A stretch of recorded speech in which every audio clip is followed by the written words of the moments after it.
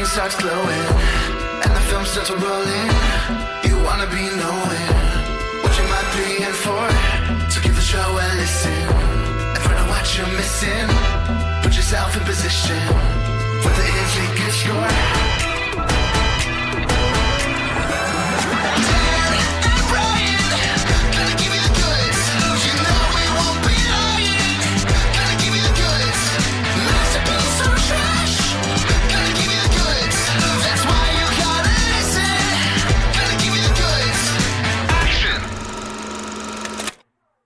Come on and slam, and welcome to The Goods, a film podcast.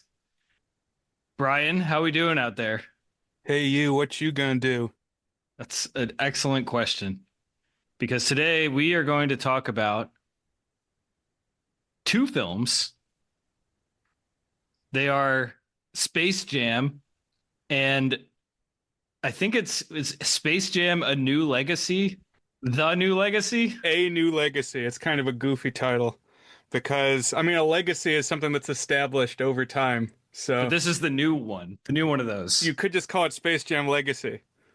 That's what I thought it was called until I was starting to prep for this episode. I was like, oh, it's Space Jam Legacy, right? No, it's A New Legacy. Okay. That's that's the name of a movie that you read about on Wikipedia that was planned but then got canceled. Or that was the working title. Yeah, like the Roger Rabbit sequel where he fights in World War II or whatever. Right. Space Jam is the text that I am more familiar with, although I did watch Space Jam: A New Legacy for the first time this week. Space Jam came out in 1996. So, Brian, am I correct in that you had not seen this film prior to this week? That's right. I had not seen Space Jam before now, but I was definitely aware of it. It was one of the first movies that was like the big movie targeted at my demographic, like one of the earliest ones of those that I was conscious of the marketing. Right. Like I had been to see movies before that, but that was when I realized that there was this whole industry pushing films, and this was getting pushed. And I was 6 years old, I think. So I definitely remember there being commercials and fast food toys and things. The closest I had come before now to consuming this film is that in second grade, my teacher, I think, had a book probably from the book fair, the Scholastic Book Fair, that was one of those 100-page junior novelizations that's got 5 pages of color stills from the film in the middle of the book and tells the story. So yeah. I did know the plot. I had pictured this film in my head. Your jaw wasn't dropping when the Looney Tunes ended up defeating the evil aliens? That wasn't a surprise to you at the end? No, I knew all about Moron Mountain and the Nerd Lux and Mr. Swackhammer. But it was a new experience, though. I could not have fully prepared with text alone. No, you couldn't be. So Space Jam is a hybrid live action cartoon film, and the main human actor that gets integrated in with the cartoon is in fact not really an actor, but a basketball player. That being Michael Jordan, of course. You know this if you're listening. You know what Space Jam is, but you know what, we're going to talk about it anyways. It's Michael Jordan. And he teams up, we'll get into the details of it, but he teams up for a basketball game with the Looney Tunes against some newly designed fictional space aliens that are also cartoons. And we'll talk about the stakes of this here in just a minute. Space Jam: A New Legacy brings in LeBron James as the new Michael Jordan character. And what year was that? It's a legacy sequel, so much later. Yeah, 2021. So I think it had a theater release, but this was still the no man's land of post-COVID when nobody quite knew what the future of a theater looked like. And I think it was really expensive. It was going to be like one of the big releases of the whatever time it came out. But then it was one of these ones where like nobody really knows how to evaluate how much to hold it against it, that I don't think it made a lot of money, and I think it cost a lot of money. Yeah, it seems like every movie these days costs a lot of money, but I looked up the budget because of some of the stuff that was in the movie looked expensive. And yeah, it said like $150 million. The numbers that I saw: budget 150, box office 163.7. So that is more than the budget, but I've heard a rule that for a film to be considered profitable, it needs to gross approximately 2.5 times its budget, because there's lots of extra expenses, including marketing, and it's typically proportional to how big of a release it is. So like you can kind of use budget as a proxy for that. So I think even though it made more than the reported budget, I think it would still be considered a loss. I think culturally it's a loss. Oh, absolutely. So neither film is critically regarded at all. Space Jam 96 has had a weird afterlife, and we're going to talk about aspects of it. The big one being that, like you said, Brian, people who are older millennials remember watching this as a kid, and now we have disposable income and we talk about the things that we grew up watching. So I think if you find yourself in the right circle, it will be unironically praised as like fun entertainment. But it got bad reviews at the time, and it still stands at like a 45-ish% on Rotten Tomatoes. Meanwhile, the new Space Jam is down at 25% on Rotten Tomatoes, and I don't know of anyone who defends this film. I'm surprised it's as high as 25%, to be quite honest. So there's kind of a lot of context and ephemera, and like things that kind of lead into these, and also like weird strands connected to them. So I kind of want to talk through some of them. The first I want to talk about is Michael Jordan, and then subsequently LeBron James. So, Brian, if you had to describe you being someone who is not a big sports fan in general, if you had to describe Michael Jordan in one sentence, like forget about Space Jam for a second, just someone came up to you and said, "Hey, who's Michael Jordan?" What would your answer be? The thing that sticks in my head would be greatest basketball player of all time, but I know that that's like the marketing. That's the brand of who Michael Jordan is. He's certainly one of the best known basketball players of all time because I know who he is.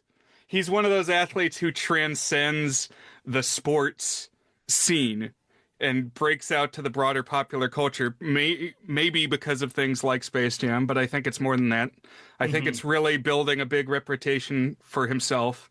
But he's in the leagues of people like Babe Ruth and Muhammad Ali, where they are icons across the whole culture and not just one corner of it. Right.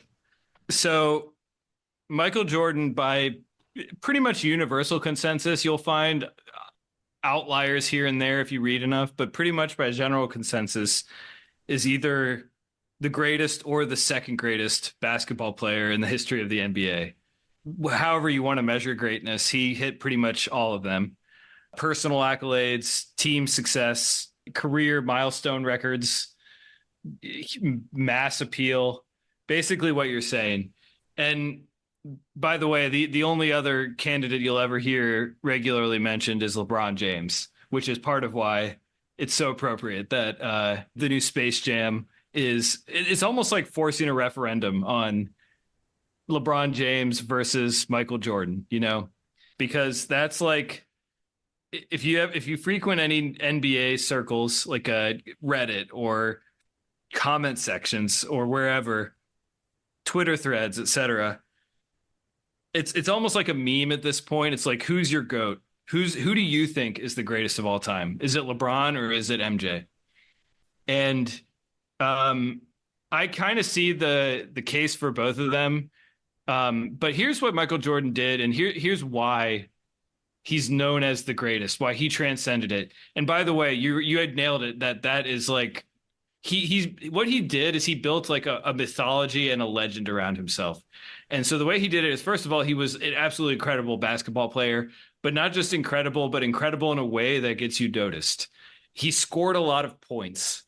And as you might know, Brian, the team with the most points wins the game. So like that's not the only thing that's in basketball, but it's like the noticeable thing is who's the guy who got the points that got you to win the game. He has the highest per game scoring average of any NBA player ever. Wow. He also had what you might call two things that are related. One is a killer instinct, like a ruthless competitiveness that he didn't just want to beat you, he wanted to like dominate you. So like he took thrill in not I'm going to win a championship and feel great about it and have fun and be excited with my team. I'm going to obliterate everyone in my path and crush you. That was his mindset. And the way that that sort of manifests itself is like this ability for him to rise to any moment. He was always ready to rise to a moment when he needed to, because he needed to be the victor because of this ultra competitiveness that he had. And another way that that manifests itself is, and this is just another part of his personality, is he always managed to make the story exciting, make the moment dramatic, make an icon or an image. His like three of the 10 most famous basketball plays of all time are Michael Jordan doing something that's like worthy of being on a poster. Whether it's like he has this crazy under the hoop triple reverse layup that's just this beautiful piece of like balletic grace of athleticism. And it's the coolest anyone's ever looked doing it. Another one is in his very last game in the NBA before he unretired with the Wizards many years later. His very last game, he won a championship with a game-winning shot, and he did this pose, and it was like he held his arms up after the shot was done and just stood there for a second. And it was just like photographing greatness. And he has a great name, and he's like a handsome fella. He doesn't look like some basketball players like are weirdly tall or like proportioned. He just looked handsome and cool always. He was always the coolest MF in the room, you know? Right. I want to talk about that because I recently watched on Netflix, there was a documentary about some legendary Bulls season, Mm-hmm. and I watched most of it. I think it was called The Last Dance. Mm-hmm. And what year was that? Like 97 or 98? Something like that. So it's Yeah. like actually after this movie, this like nebulous twilight time in Michael Jordan's career. Right. Like he came back and then did these amazing things with the Chicago Bulls. But anyway, my point is I saw this movie, and until this point, I had only ever really seen Michael Jordan in like Got Milk ads and Space Jam. So I thought of him, he's a famous basketball player, greatest basketball player of all time. He must be really tall. He's only like 6'6". Of course, only 6'6". That's not a small height by any means, but him next to these other basketball players, they're towering over him. Mm-hmm. It was pretty wild. I did not know that. So the way that basketball works, this is fluid and it's not super duper universal, but basically there's two in the position called guard. There's two in the position called forward and one in the position called center. And so the guards are the people who tend to shoot from furthest away, bring the ball up, shoot the most often. And they tend to be the smallest in part because they're less dependent on their height, and in part because smaller people tend to be a little more skilled. And that's a little bit of a stereotype, but like in general, the most skilled players of all time are not the tallest players of all time. And then the forwards are kind of the mediums, and then the center is like the big tall guy who just, again, stereotypically just stands near the net to block shots or to dunk.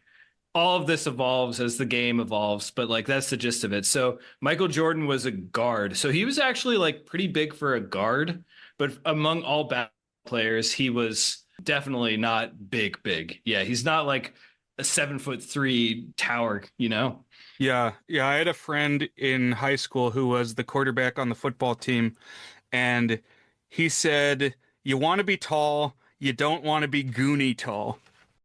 And so that's what I think about when I see some basketball players is, oh, that guy's goony tall. That's a good phrase. Yeah. So, in essence, Michael Jordan, he had the ability to spin a narrative, and he actually had the goods. He won 6 championships, which is not the most that a player has ever won, but it's among the most, and it's the most in the modern era, and it's certainly the most in the modern era where what like you are the prime guy on that team when you won it. So he has the titles because some people who follow basketball are like basically title or bust. Like if you won a championship, you won, and if you're not first, you're last. Basically, if you didn't win it, then it was a waste. It doesn't matter what else happens. So like people who think like that also like Michael Jordan because he had the titles. So he basically was the complete package in terms of being like an icon. He had everything you would want. So much so that when ESPN ranked the 100 greatest athletes of the 20th century, they had Michael Jordan at number 1, ahead of Babe Ruth, ahead of Muhammad Ali. I mean, I think that's crazy. I think those two are the obvious 1 and 2, but they had Michael Jordan at number 1. So like he truly was a tier above everyone else in reputation. So he's the only kind of person that you could build a Space Jam around. Yeah. And I read that this kind of grew out of a TV commercial. Right. Was it a Super Bowl commercial or just a rest of the year commercial? I'm not sure. I actually don't know that either, but he always managed to do just like the right thing to promote himself. So like he signed on with Nike. If you saw that movie Air from a couple years ago, it talked about how he ended up being with Nike. And then like he and Nike basically elevated each other, and he had these iconic shoes with Nike. And then he managed to be in a whole bunch of famous commercials too. But yeah, so Got Milk you mentioned, and then this one was a cartoon. This was like years before Space Jam was made, but it kind of was like someone came up with this idea. Let's have Bugs Bunny versus Michael Jordan as like a 60-second TV commercial. And so I didn't watch it this week, but I've definitely watched it before. And I don't know if it was Super Bowl or not, or if it was just one that was famous, but that kind of planted the seed of an idea like, oh, that's cool. Like Bugs Bunny doesn't have anything to do with basketball, but like people like the idea of Michael Jordan with Bugs Bunny. That feels kind of intuitive to people now because of that commercial. So something you can turn into a movie. No, nothing about this movie felt intuitive to me. I was like, what are we doing here? It's two big corporate entities, known IP. Michael Jordan very big, I guess, at the time. Looney Tunes, I think, trying to find a new energy, a new life, a new lease on life. I mean, I think that's kind of right, but also like again, so you said you were what, 6 years old? I was 8 years old.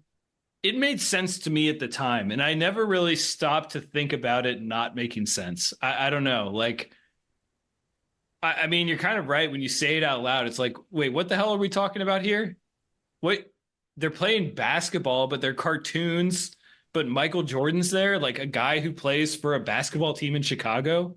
Like what's going on? What I would say it's like that gives it some context for me is it's kind of like one of the Muppet movies where you've got this, this ensemble of puppet characters and like one human star who's there in the mix. So that's my touchstone. Okay. And of course, it must be said, I mean, not the first live action animated hybrid to star a rabbit, because we have Roger Rabbit by Robert Zemeckis. I don't think it's controversial to call that a better movie in like nearly every single way that one would care about a movie being good. Even it came out earlier, but like it did really interesting animation stuff, and like the combination of hybrid animation live action, like with them interacting and stuff in a way that Space Jam kind of just avoids. Like it doesn't call it out, but like it also doesn't do gimmicky stuff the same way that Roger Rabbit did. Yeah, I read that Joe Pytka, who was the director of Space Jam, went to Robert Zemeckis and was like, "Hey, I'm making a live action animation hybrid movie. Got any tips? And at least what I read, Zemeckis said, don't. Yeah. He's like, it's a big headache. It's a lot of work. But yeah, Roger Rabbit has been on my mind this week. So I will pause on LeBron James and Space Jam: A New Legacy here for a second. Let's focus on Space Jam 96. So a couple of weird tendrils of things about Space Jam in various levels of importance. So one is the legend of the Space Jam website. So have you heard about this, Brian? I am familiar with the Space Jam website. It got a lot of like news coverage in the lead up to the second one coming out.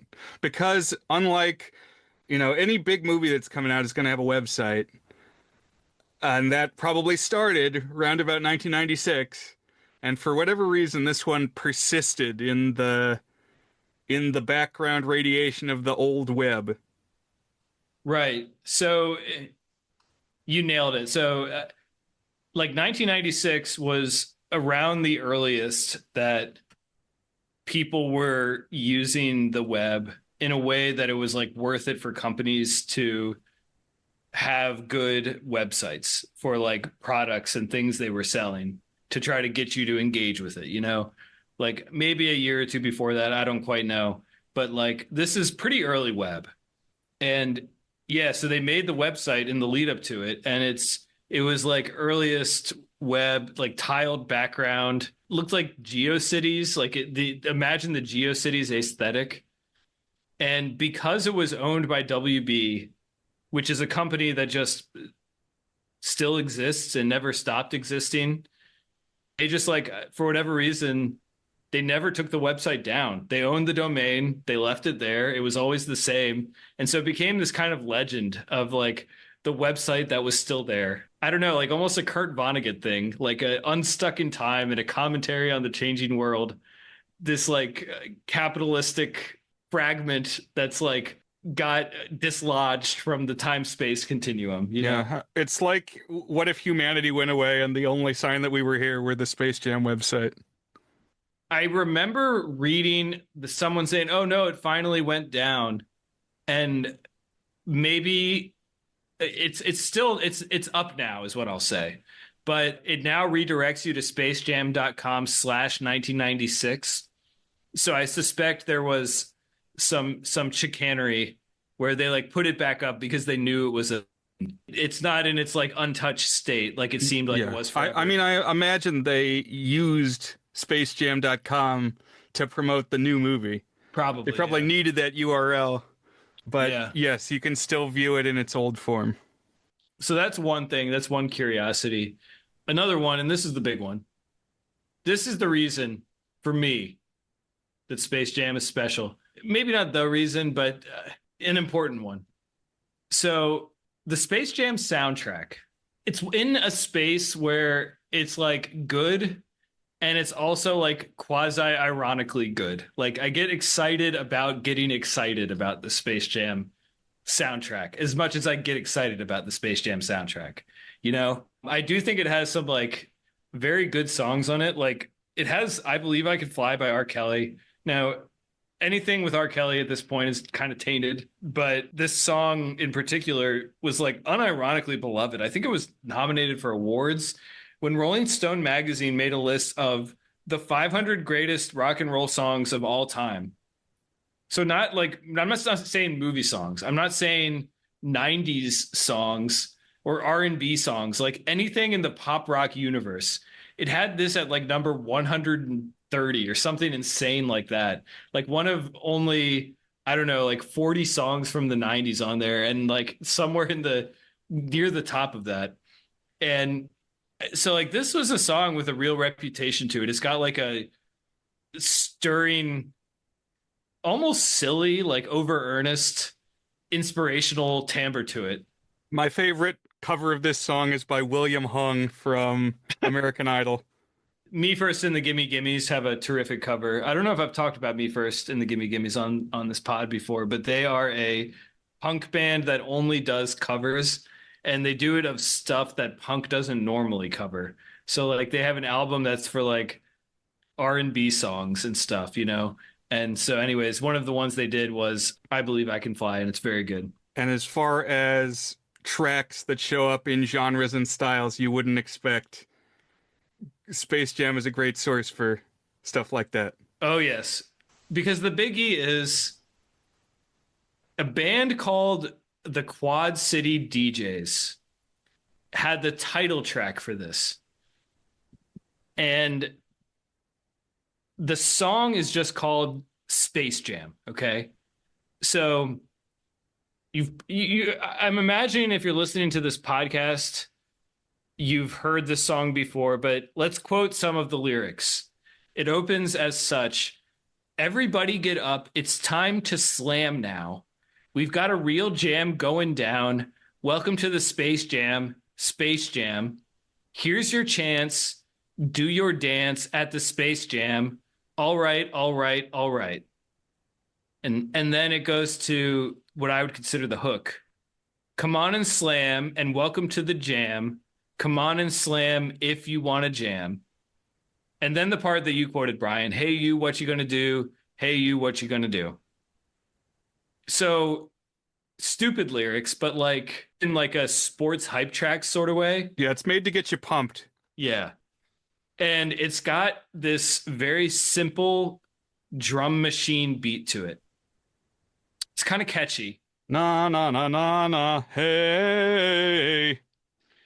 And for whatever reason, the internet decided sometime around like 2012, 13, 14, that you can mash up the Space Jam song by Quad City DJs with any song in the world.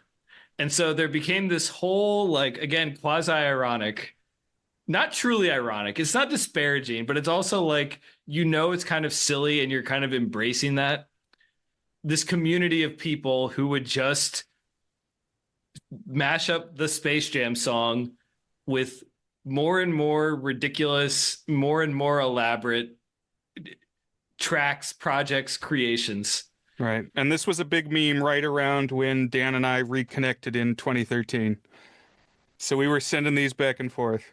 Right. I got really into this. I found this hilarious and also like incredible because I kind of agreed that it did sound fun with mashed up with just about anything because it's got that hype element to it. It's got that simple beat and it's got like, you know, it's like a 4 meter and it's got like a nice rhythm to it. Hey, you, what you gonna do? Hey, you, what you gonna do? Like you can put that things with that rhythm in just like any tune, any backing, and it's gonna sound good. You can add a basic drum machine loop to just about any song, and it's gonna sound good, you know? So like it really does mash up with just about everything. So what are some of your go-tos? What are your highlights to somebody new to this subgenre? Yeah. So I was texting with my good friend Colton.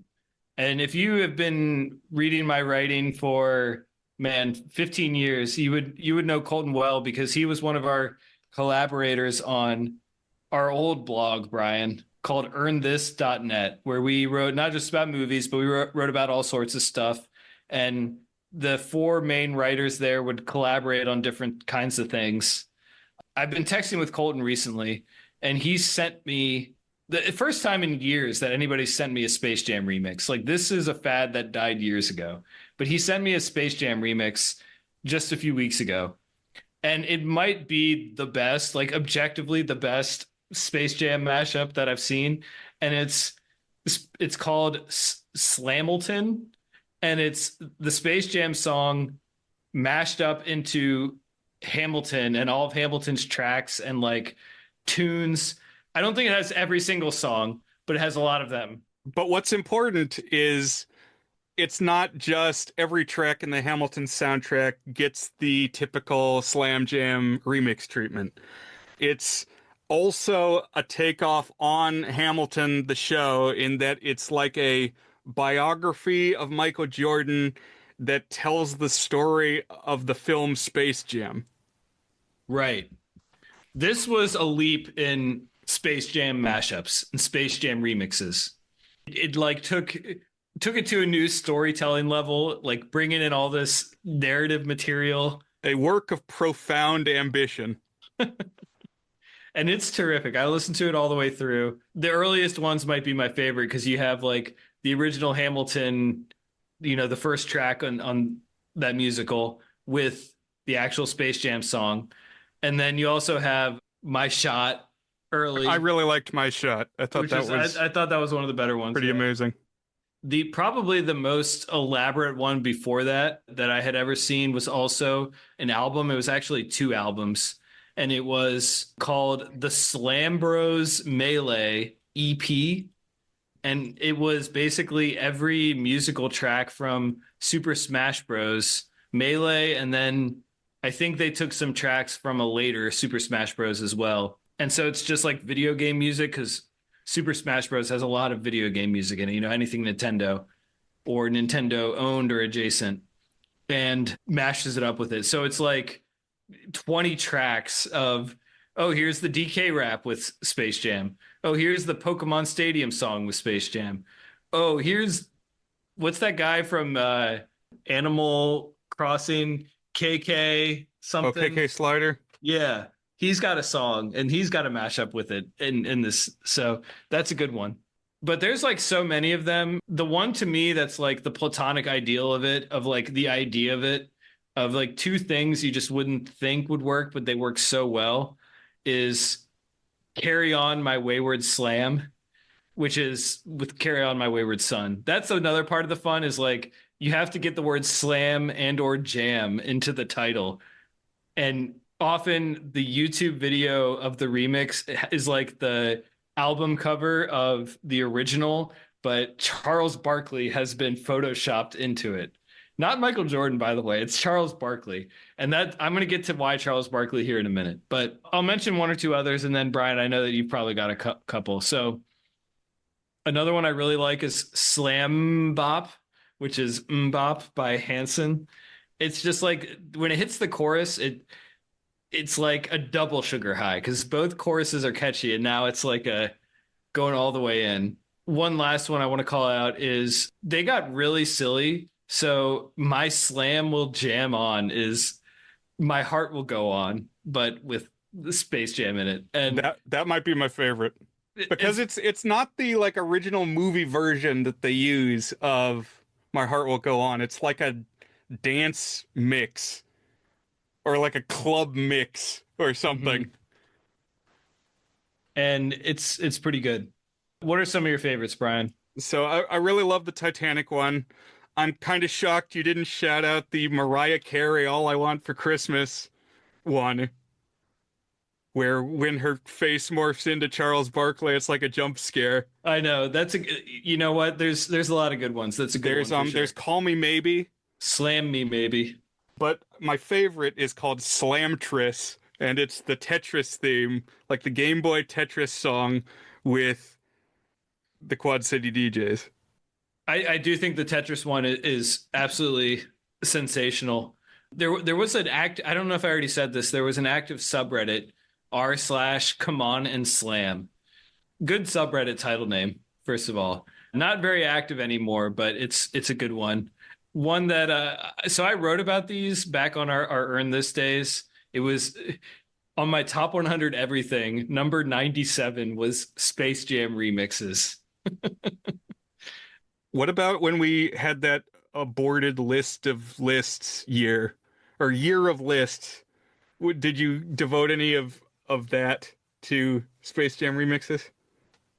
First of all, preluding it with aborted year of lists. I mean, we got like 50 plus. I wanted to do 100 and we got 50 done or something. So not the worst.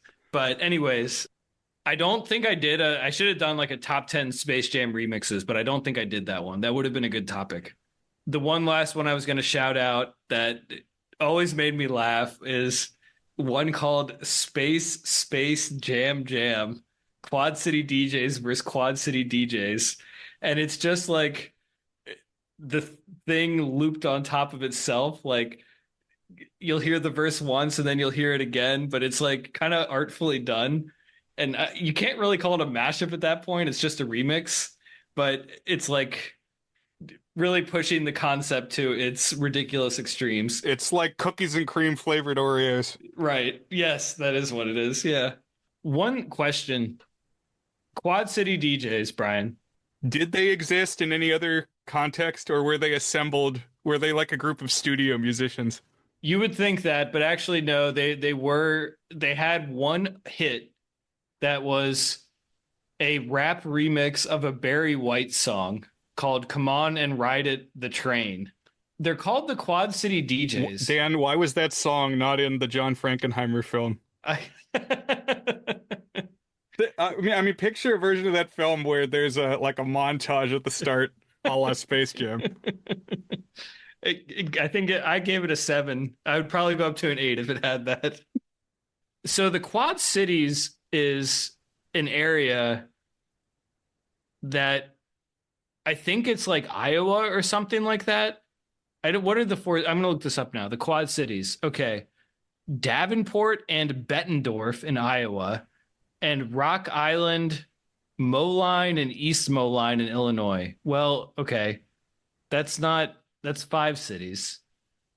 But anyways, it looks like it's Illinois and Iowa is the Quad City area. But the Quad City DJs are from Florida. I think it said Jacksonville. Let me look this up. Jacksonville, Florida. Why? So why are they called the Quad City DJs? I just assumed each of them came from a different city. I guess, but I think it's only 3 musicians. So why is it quad? It doesn't make any sense. That's wild. I had never heard that there was a place called the Quad Cities.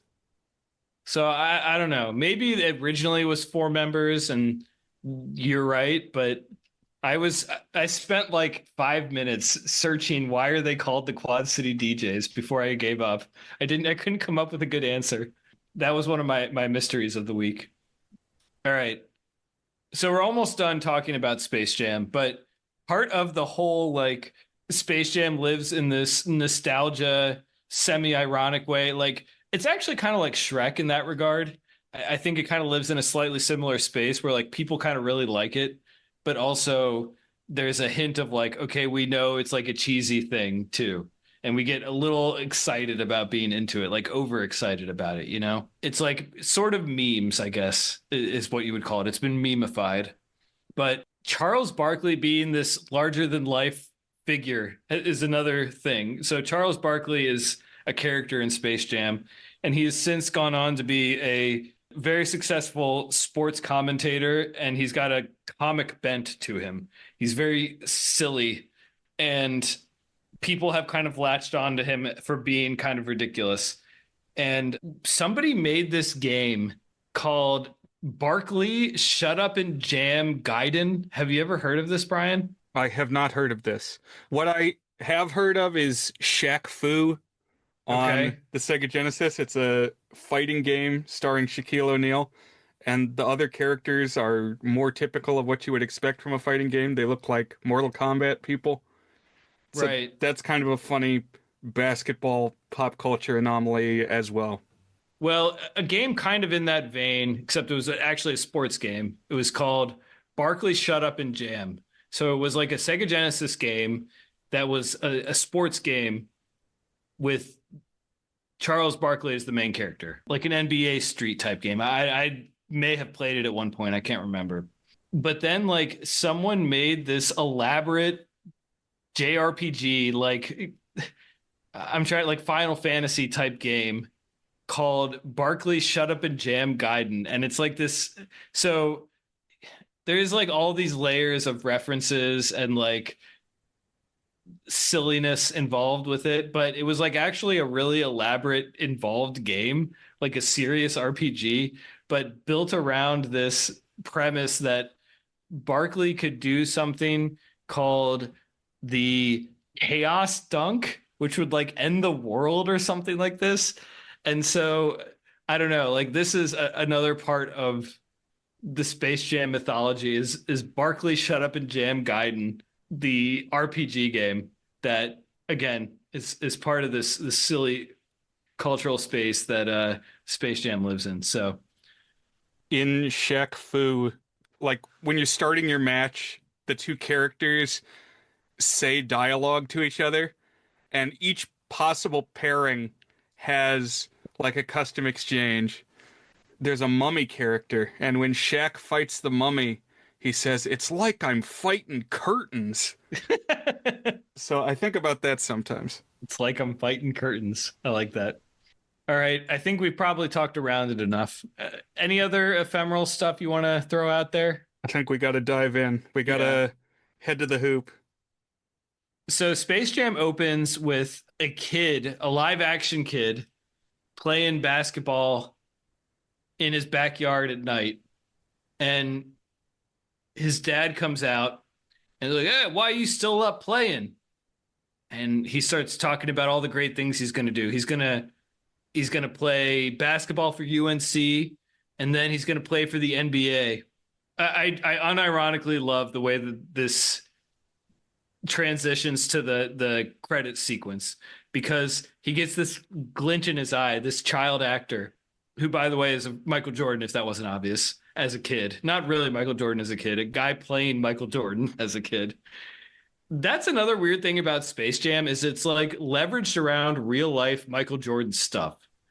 It's like half biopic thing. Yeah, it's like this is the explanation for why he came out of his first retirement, is because he was inspired by the aliens and the Looney Tunes. Right. But anyways, this kid like gets this glint in his eye and he runs up to the hoop and jumps up as if he's gonna dunk it. And then it cuts to this highlight reel, but like sort of impressionistically edited highlight reel of images of Michael Jordan, by the way, juxtaposed to like the American flag. That was another genius of Michael Jordan legend is he was on the Dream Team. Great name, great. Like they had these incredible jerseys that said USA on them. And just like this idea that the greatest basketball player in the world was going out to fight for the USA was just an incredible image. Can you explain that a little more? I've heard of the Dream Team. Yeah. Was that part of the Olympics? Yes. So that was the unofficial name. That was like the culturally popular name for the 1992 men's Olympic basketball team. That was the first year the U.S. Olympic Committee allowed active professional players to come in.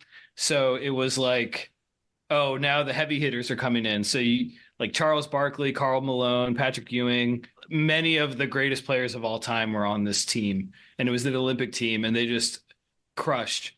Like, I think they didn't lose or they didn't win a single game by less than 30 or something like that, like all the way to the gold medal.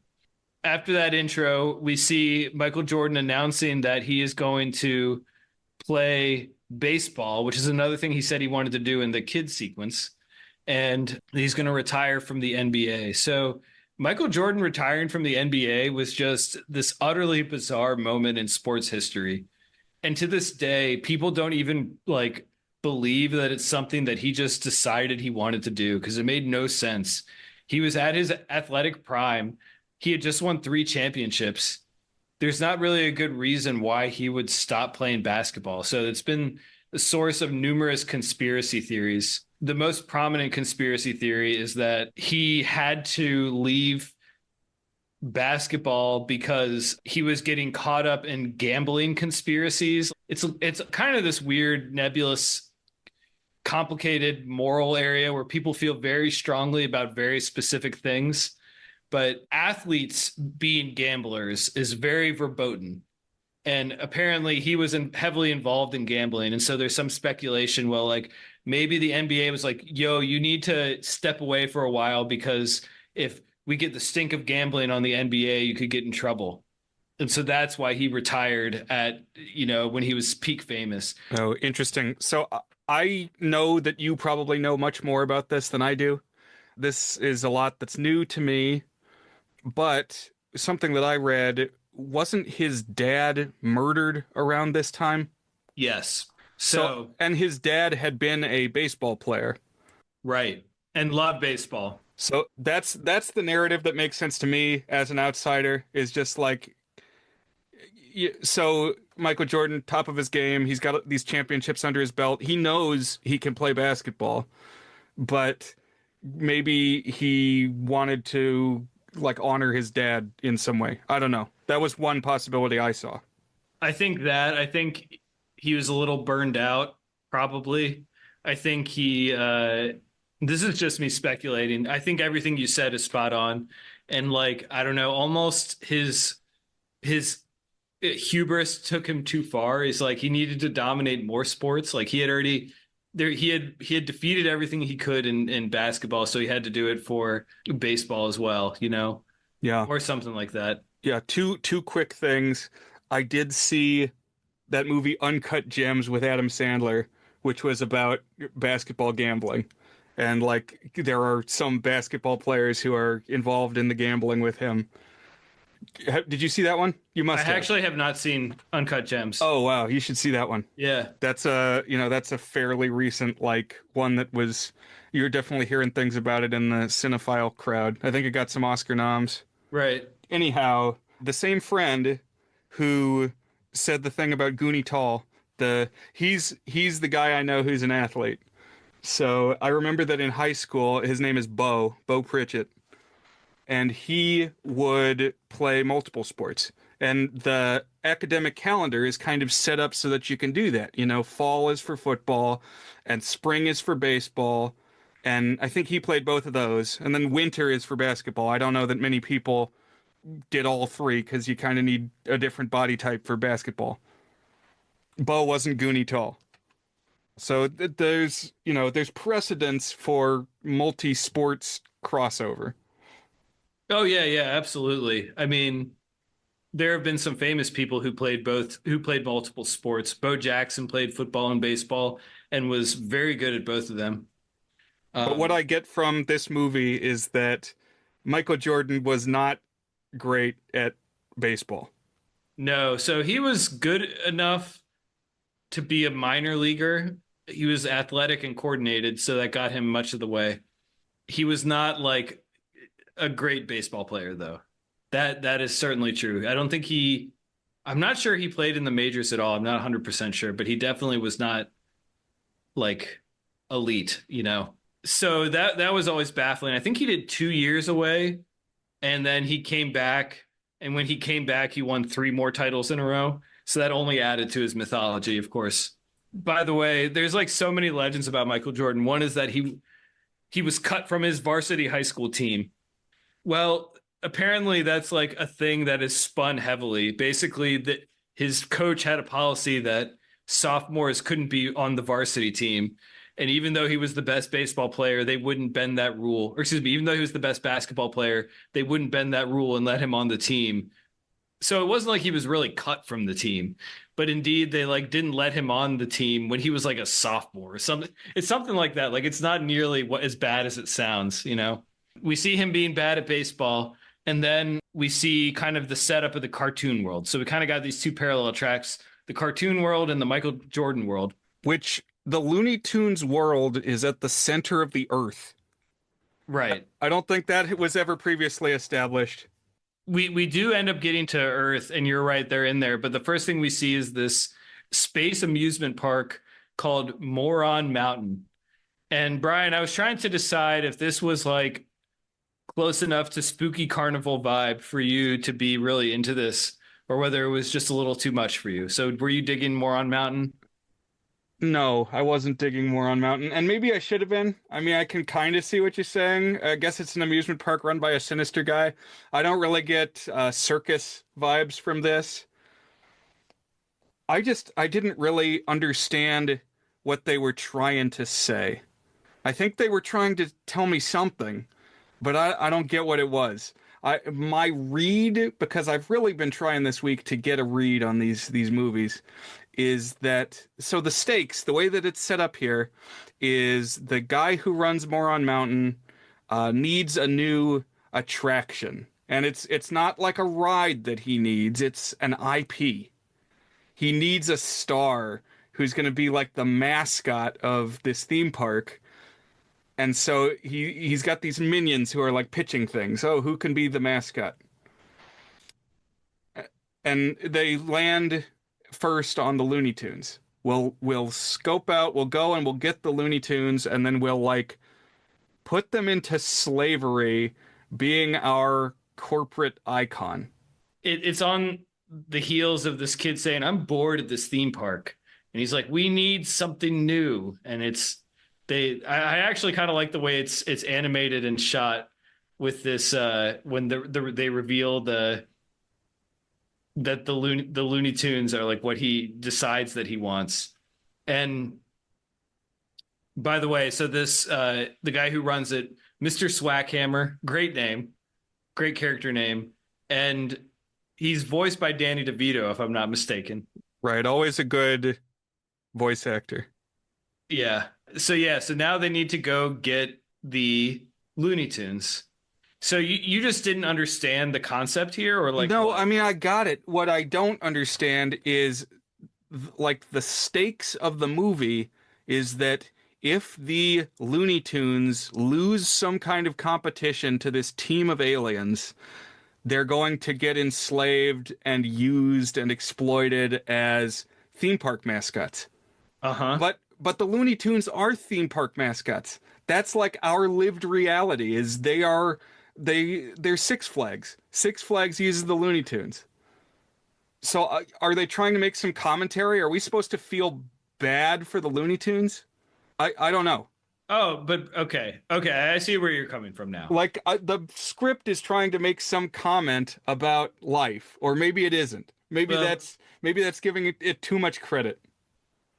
so here's what it is, Brian. I'll tell you what it is. It's Looney Tunes exceptionalism, okay? It's you're right that like in real life, Looney Tunes are branded things. They sell stuff. They're at amusement parks. But Looney Tunes is not just Bugs Bunny. It's not just a cartoon duck. It is a spirit. It is a franchise, a universe even that is above normal corporate stuff. It's transcended that. It is its own anarchic spirit that cannot be contained.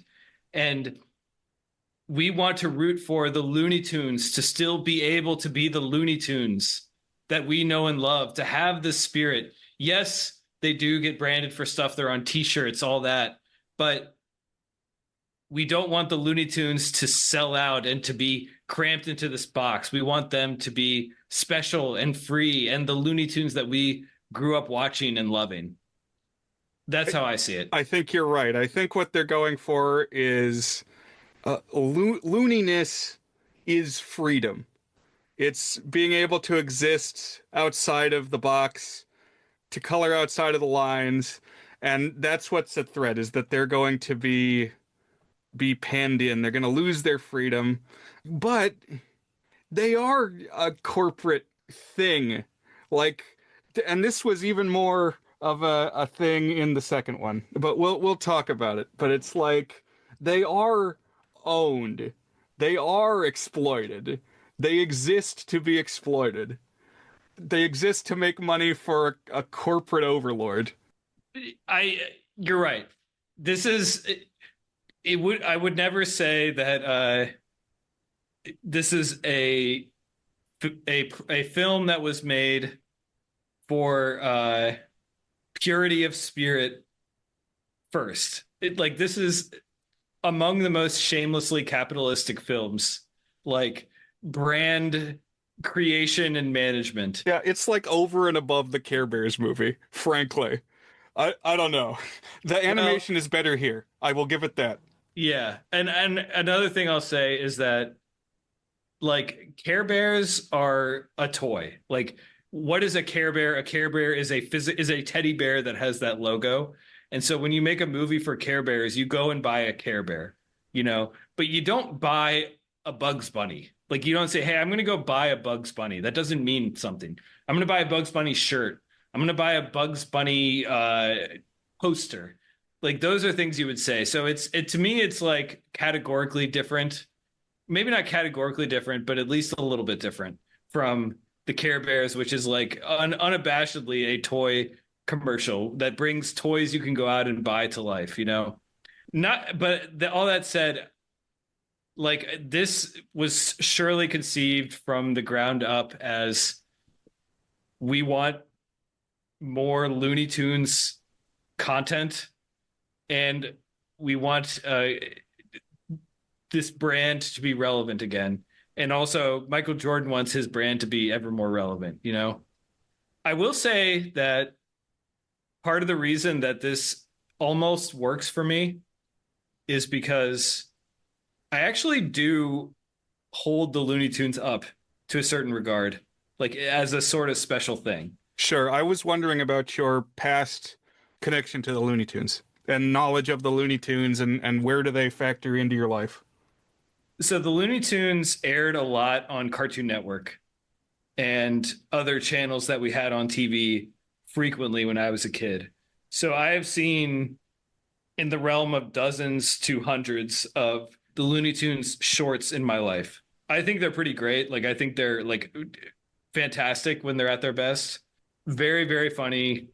You know, honestly, like 1950s Looney Tunes is like up there with Disney Renaissance, Golden Age Disney, Pixar's first 11 films for being like a studio in an imperial era where everything they made was like awesome. You know, I don't know if Looney Tunes actually batted that high in average, but if you were to take like the best Looney Tunes, like that really is a gold standard for what animation can be to me. And it has a spirit to it as well. It's a huge part of animation history, and I think it's cool how if you actually like pay close attention to them and study them, is that the different animators have very different styles, and it's like you can tell oh yeah, who's animating which, whether it's Chuck Jones or Tex Avery or Fritz Freeling.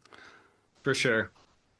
So now a key plot is okay, yeah, the monsters basically are like, we're gonna shoot you, and if you don't come with us, because they have big laser guns, and it gets convoluted into this thing where they need to do a basketball game instead of just being shot. Whoever wins the basketball game Right. So owns the soul. I know we have a lot to get through, but two things about this is the aliens when they arrive on the Earth, they're like these little gremlins that are 6 inches high.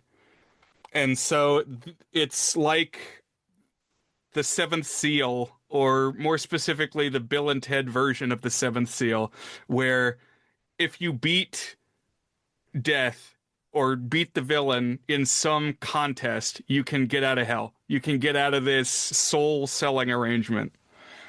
And so the protagonists, they get to pick the event.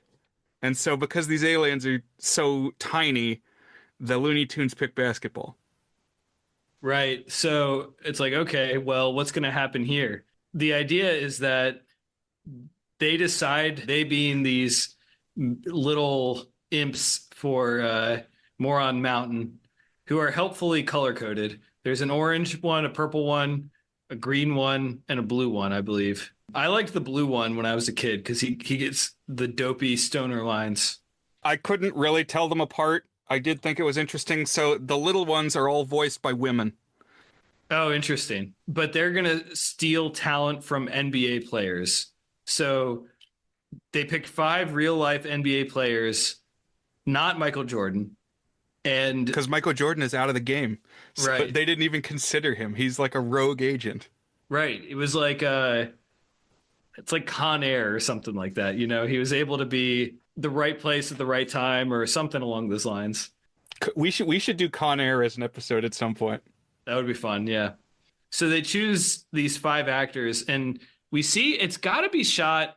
I was going to say it's got to be shot at a real basketball game. I don't know if that's true, but they have like shots that look like they're at real NBA games of these NBA stars getting their talent stolen from them. So they turn into slimes. And I was thinking, Brian, of that show that you and Gavin insisted that I had to know. Is it Alex Mack? Is that what it's called? That's right.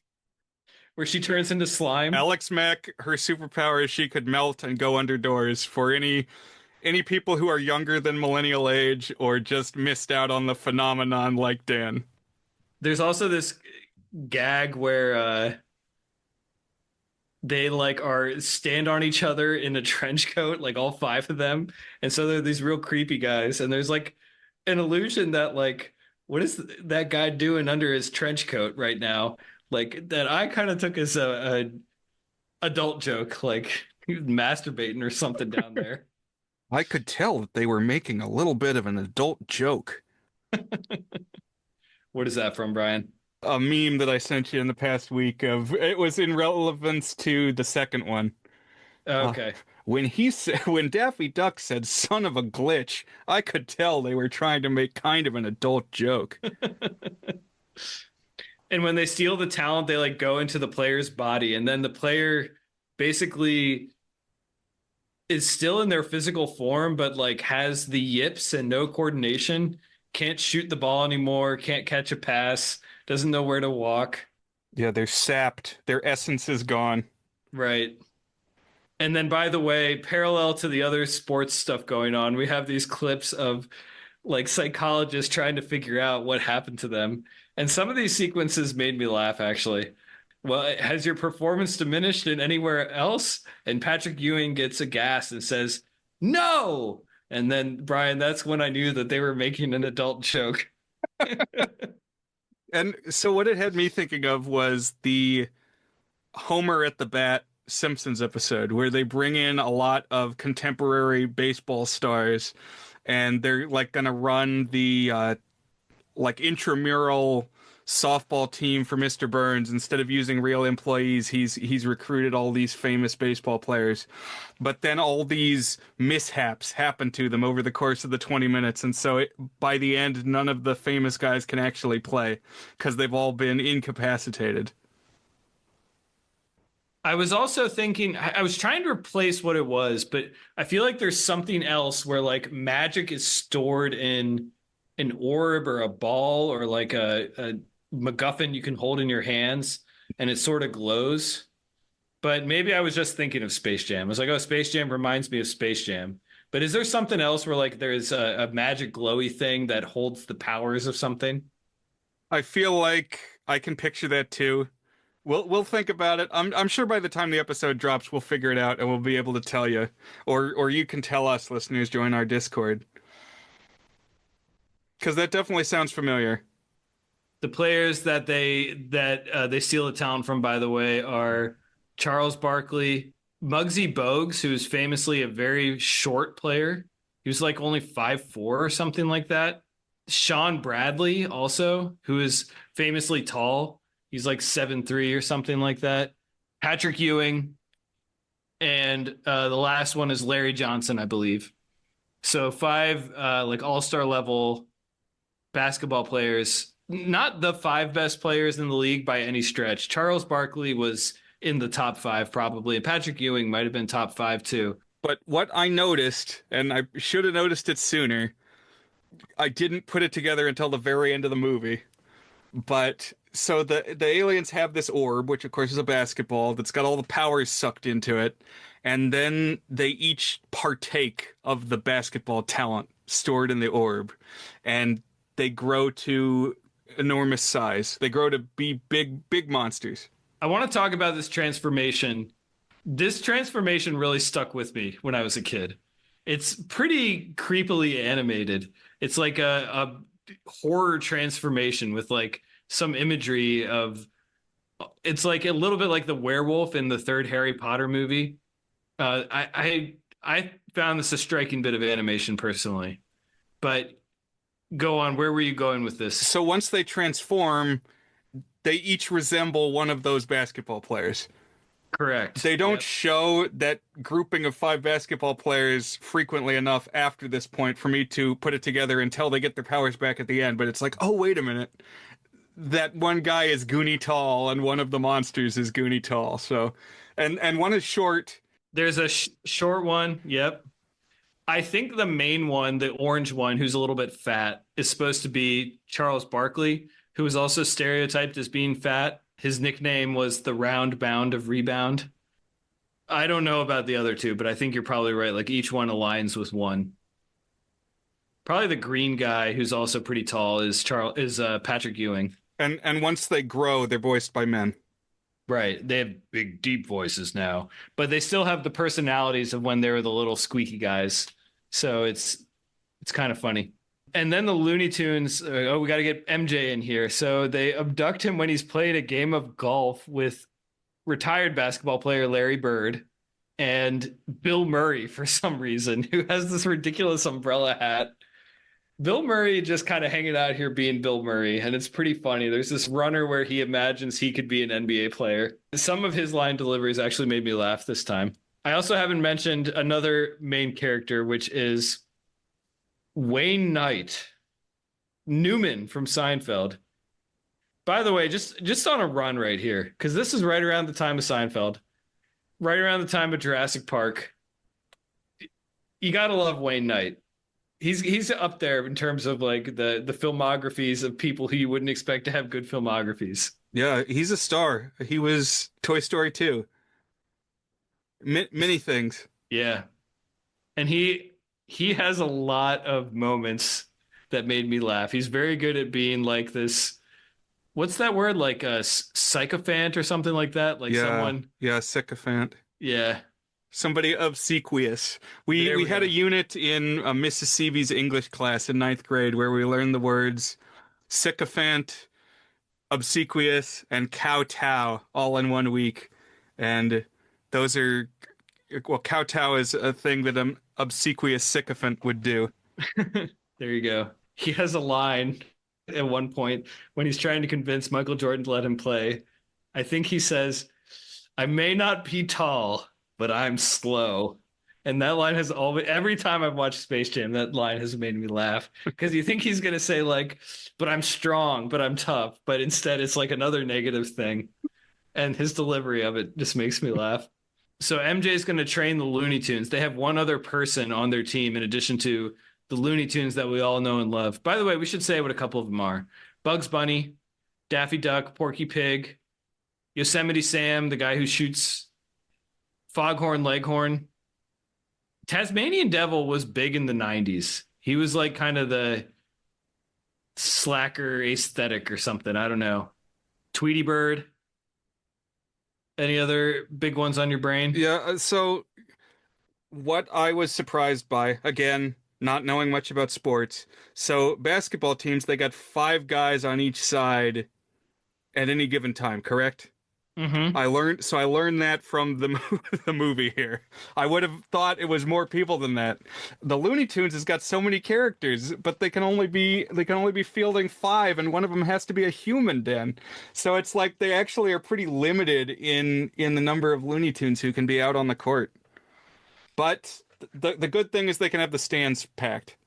Yes, and also you can sub players in and out. So it's not always the same 5.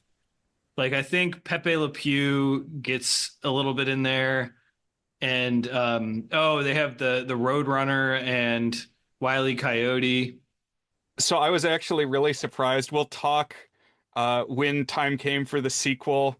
They kind of downplayed some elements of like classic Looney Tunes. So yeah, Pepe Le Pew was out. That was all the think pieces, all the articles in the news. No Pepe Le Pew because he's been canceled. But way more Speedy Gonzales in the sequel. Like, I don't think Speedy Gonzales shows up in the original Space Jam, but he was like prominent in the second one.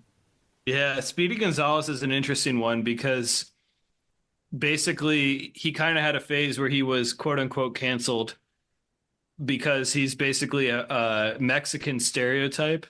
But then Mexicans were all, we love Speedy Gonzales. He's great. We love that there's a Mexican character who's really fast and Yeah, really he's got cool. he's got a superpower, so And so he's kind of been uncanceled. I was surprised he was so prominent in the second one too, though. I was kind of with you on that. But I think 1996 was around the time that he was mostly canceled. So if he's in there at all, it's pretty minimal.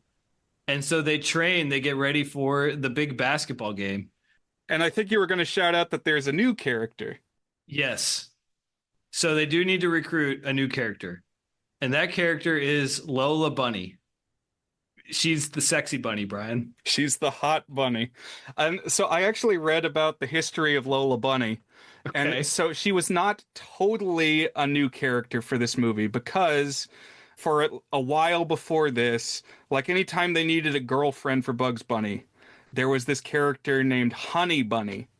And like there were Looney Tunes comic books and stuff where she would show up. And sometimes she was drawn as just essentially a female Bugs Bunny, like gray, very similar model. And that is complicated in and of itself because Bugs Bunny is kind of a gender fluid guy, dressing in drag a whole lot. Right. But often, Honey Bunny, this female rabbit, was drawn with this kind of cream color coat. So, like, there being this kind of yellowish female bunny who gets paired with Bugs is not a totally new idea to this movie. Okay. I wanted to talk a little bit more about Lola, though, Yes. because definitely they play up that, oh, she's the she's the sexy rabbit.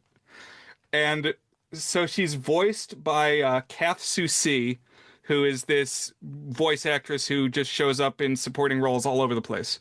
Not commonly so prominent as Lola Bunny. And she's been voiced by other people since then. She's voiced by somebody else in New Legacy. But my question, Dan, is animated crushes. Have you had them? That's a good question, Brian.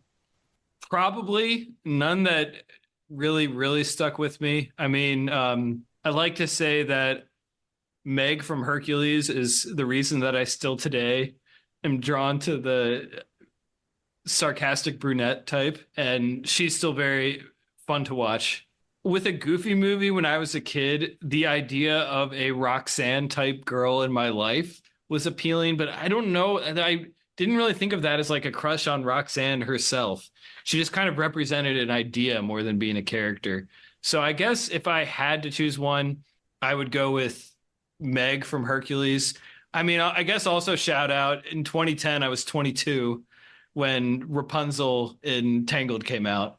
I thought she was like, I don't know, how do you, it's like cute, I guess, but it's like a drawing. I don't know. I've never quite known how to like talk, but Calm down, son. It's just a drawing, as they say on SpongeBob. But no, that's never really been a big part of my life. And Lola Bunny, I don't know, like the whole thing where the animals, but they kind of look like women, always never really did the thing where I found that attractive. So I'm not a furry at heart, Brian. No, that's fair. So the one that I am going to say is not Lola Bunny. Okay. If you thought it was, Linka the Wind Planeteer. I think my whole Okay. life I've kind of been chasing Linka the Wind Planeteer, but she was voiced by Kath Soucie. Oh, so connection. Yes, doing a Russian accent. Which one is the Wind Planeteer? Is she the blonde She's one? the blonde, yeah. Okay, gotcha. She's like the conventionally attractive one of that group. I mean, it's like a quite intentionally diverse group, so I guess it depends on what you're into, but Well, I guess that's a good point. I basically just equated whiteness with attractiveness because she's the white one. yes. Oh, one that I wanted to shout out recently, despite what I just said about the anthropomorphic animals, is when we talked about an extremely goofy movie. I was like, okay, damn, I kind of get why Goofy's going for what's her name? The librarian disco lady? Oh yeah, Sylvia. Yeah. Team Sylvia for me. Same. What's the name of the planeteer again? Linka. Linka. How do you spell Linka? Linka. So is she like American or is she No, she's from the Soviet Union, okay? and then I think later on they say from Russia, because like in like season 2, the Soviet Union fell apart. Gotcha. Good topic. Listeners, hit us up with your cartoon crushes on the goodsfilmpodcast.com. Find our Discord there. We'd like to hear what cartoon babes you were jonesing for. Any other Lola thoughts, Brian? I'll have some more when we get to New Legacy. Okay. I think my favorite joke in the movie, besides I may be fat but I'm slow, or no, I may not be tall but I'm slow, or something like that, is when Michael Jordan gets abducted by the Looney Tunes. He gets sucked into the golf hole, and the Wayne Knight character, by the way, his character name is Stan Podolak, which is a great name, is digging where the hole was to try and go in there. And someone comes by and says, "What are you doing?" And he says, "I'm fixing a divot." And then the guy shouts to someone else, "He's fixing a divot." And do you know what fixing a divot is, Brian? I assumed it was an uneven spot on the golf course that he's trying to like fill in. So like pretty much it's like fixing a divot is when you swing the golf club and you knock out like a little piece of grass, like a dime sized piece of grass. You're supposed to like fill it back in and like smooth it down so that the turf is even. But like what they're showing is like he's dug a hole that's like 50 feet wide and 20 feet deep with mounds of dirt. And he says he's fixing a divot. So it's like patently ridiculous, Brian. I did gather that. And yeah, because he's digging down to the center of the earth, but he's one man. There's a little bit of a training montage, and then they start the game. And another segment I unironically like is the hype up for the start of the game. So they have some like athletic music stuff I've heard at sports events before. I don't know what it is. This hype up music, and they show them getting ready for the game.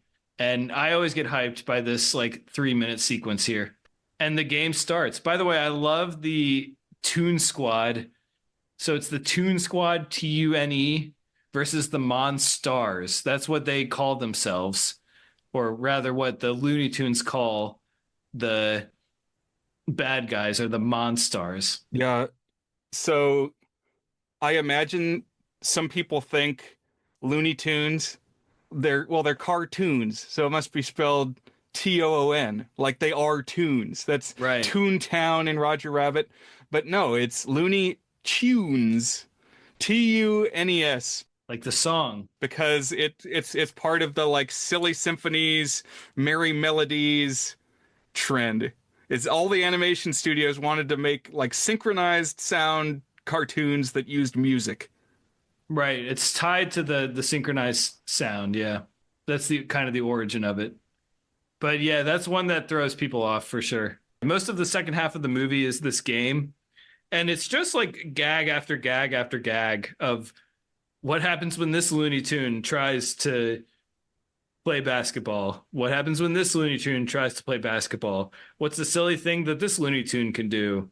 It's fleetingly amusing. The gags do not have a 100% hit rate, but they're kind of fun to watch. I mean, it's kind of got the Looney Tune spirit a little bit, where it's like these rapid fire slapstick gags with like unexpected props and almost like non sequitur logic to it, you know? And that ends up having a big payoff that, oh, wait a minute, this is cartoon land, we can do cartoon things. Right. But they're way down at halftime, and Bugs has this idea. He fills a water bottle and calls it Michael's secret stuff and lets everybody drink it. And they all think it's like magic juice or something. And then they come out in the second half absolutely crushing and coming back.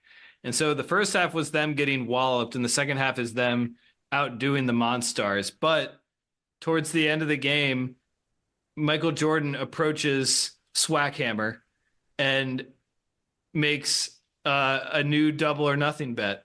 It's basically, all right, if the Looney Tunes lose, then not only will you get them as your slave, but I'll be your slave too. So now we get this kind of cool little animation clip of Swackhammer imagining that Michael Jordan is at his space theme park. And yeah, his punishment will be that he'll have to always lose to the alien challengers. It's like alien children will come and play basketball against Michael Jordan, and he'll be forced to lose. Right. The flip side is if the Looney Tunes win, then they need to return the talent to the basketball players, which hadn't occurred to me. Is like, I guess, yeah, you do need to give it back to them. Like, it's not just automatically going to go back, you know? I think what you said about, yes, he always has to lose plays up the Michael Jordan mythos. Like, it's so not in his nature to lose that it would be the cruelest part of the slavery, that not only does he have to live his life in servitude, but he has to lose basketball games. At one point, like, enough players get injured that Stan needs to come in, and there's this bit of like CGI of a flat Wayne Knight who gets inflated like a balloon, and then he farts out the air. This is horrible. This was the stuff of nightmares. Really upsetting. It's like it reminded me of in The Mask too, when the baby gets up and does the "Hello, my baby, hello, my darling" dance, which, by the way, is a Looney Tune. And you see that frog, Michigan J Frog, in the background a little bit. But anyways, the same level of like uncanny fake human CGI. And yeah, it's just the thought of many people like committed to this, signed off on this, said, yes, this is what we want on the screen right now. Bill Murray shows up there and they're like, "How'd you get here?" He's like, "Well, I talked to my producer and he got me a cameo role." And then it cuts away from that. And it's like, oh, that was one for the adults there. I did think that was funny because we had seen Wayne Knight struggling so much to get down there, like to get to Right. the Looney Tunes dimension, and then Bill Murray's like, "Oh yeah, PA, put me on the list," and I got in the transpo van. So it's like a filmmaker joke. Right. And the game ends, of course, at the last second. The Looney Tunes are down one, and Michael Jordan does a super stretchy arm slam dunk to win the game. And there it is. He gives the talent back to his players. So something that this made me think of, because this game, like, does anyone on Earth know that this game happened? I guess Michael Jordan's children know because Bugs Bunny told them. The Looney Tunes like have to go to his house and get his lucky shorts or something, Right. and they run into the kids and they say, "Oh, we're playing a basketball game against your father at the center of the earth," which Of course. totally unhinged thing to say. But I guess if you're already talking to Bugs Bunny, Yeah. It's like seven fundamental truths that I thought to believe about this world were just shattered by the last 15 seconds of that is what I would take away from that conversation. but who else knows about this game and its stakes? What it made me think of is there's a Twilight Zone episode where there's this guy who's obsessed with playing pool, and like his dream is to be able to play pool against this like iconic pool player that he remembers, but that guy has subsequently died. And I think it's the like obsessed guy is Jack Klugman from 12 Angry Men.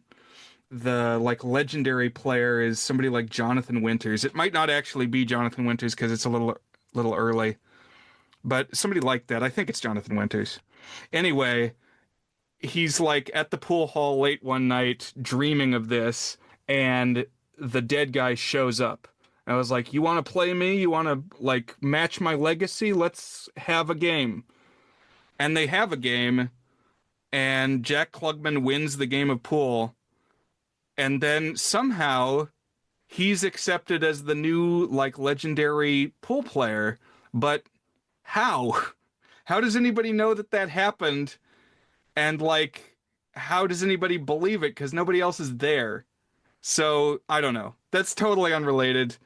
Other than it's it's like a supernatural sporting event with the goat, and does it actually reach the wider world? Yeah, I don't think it does. There's like a whole thing where the spaceship lands to bring Michael back, and they're like, "Oh, cool effects for this game," or something like that. So I think we're not supposed to have the information of this spread out to the wider world. But I kind of said that's the end of the story, but there actually is another element, which is that Michael Jordan says he's going to go back and play basketball. And so I think the idea, as you said earlier, is like we're almost supposed to like take that in real life. This is the reason that he returned. Like it's kind of tying together this idea of Looney Tunes exceptionalism with Michael Jordan exceptionalism, and like you got to embrace what's really inside of you and go all in on that kind of. But it's very bizarre. It's strange. It like really plays up the Michael Jordan legend mythology aspect though. Any other thoughts on Space Jam 1, Brian? So how does the timeline work out? Did Michael Jordan come back to basketball before this movie, or was this movie like the announcement that he was coming back? Let's see. Let me look it up because I want to get it right because I actually don't know off the top of my head. Because I got the sense that it was kind of like the way in the movie The Wizard with Fred Savage. It's like kind of the whole movie is a lead up to a trailer for Super Mario Brothers 3. And I wondered if this was the case where it's like, actually, guys, he's coming back. Okay, so on March 18th, 1995, the following statement was released today by Michael Jordan through his personal attorney and business partner, David B. Falk. In response to questions ongoing about his future career plans, Michael Jordan states, "I'm back." Which again, that's just great branding. I'm back. That was March 1995, so it was about a year before Space Jam. So this is like, I guess, 1 year later telling why he came back. Because they do have the footage of his return game at the end. So you kind of know. All right, Space Jam 1. One last thing about it, by the way. 88 minutes. That's the right length for a kid's movie. Yeah, the second one is longer. I know we've been going a while here. I need to talk briefly about LeBron James. Incredible career. I think like my slightly nuanced take is that like Michael Jordan was the greatest and most dominant, but LeBron James has had the better overall career. He's played longer. He's played 23 consecutive seasons, going on, I think, 24. Or no, I think this will be 23. And he has the record for most career points, whereas Michael Jordan has the career for most average points per game. He has 4 championships to Michael Jordan's 6 championships, but he has it across 3 different teams. And he also like had this chosen one narrative about him when he was like 15 years old in high school and has basically lived up to it, you know? And he's been around in the league since 2003. So like pretty much like a lot of basketball fans literally have not known a world without without LeBron James as one of the best players in the world. In fact, many of the people that he plays against are younger than his career. They weren't born when he started playing basketball. Now they're playing against him in the NBA, which is crazy. He's like 41 or something like that. But he's also like the opposite of Michael Jordan in the sense that maybe not the opposite, but like it drastically diminished in terms of the narrative, the killer instinct, the flair for the drama, the flair for the image and the moment that MJ has. So like, he's just not as cool as Michael Jordan, and he never really has been. He is bigger. I think he's like 6'8" or 6'9", but he's also just built like a linebacker. He's like so huge where Michael Jordan, when you look at him, he doesn't look crazy athletic, but you look at LeBron James and you're like, oh my God, that guy is like the most athletic person I've ever seen. I like LeBron James a lot. So like Michael Jordan it's widely known as like an asshole in real life. LeBron James is known as a good dude in real life. He's been with the same woman for 20 plus years now, his high school sweetheart. He's great dad to his kids. His kids love him. He actually plays with his son right now, which is kind of crazy. It's the first time ever an NBA player and dad have played together at the same time. And I don't know, like I want to like LeBron James, but he's just not as cool. And this movie does not do as good a job of making LeBron James seem cool and legendary and mythically great the way that Space Jam does for Michael Jordan. Yeah, this movie is about more than just a basketball player, and it is very complicated, and I don't think it needed to be. I completely agree. Space Jam is a straight line movie. It's like we need to get to a basketball game where the basketball game is you win, and if you win, the Looney Tunes and Michael Jordan are free and they are champions. And if they lose, they're slaves and America is lost. But this is like got whiffs of that, but it's like this whole thing. I don't even want to like go through all of it, but the gist of it is LeBron James's son. It's not his real son, by the way, in case that need to be said. It is the real LeBron James acting, but not his real son acting as his son. Okay, does he have real sons? Yeah, I just said he's playing with his son right now in the NBA. Okay. He's got like three sons. Another one might play in the NBA in a couple years. His son is more prominent here. He's like one of the main characters.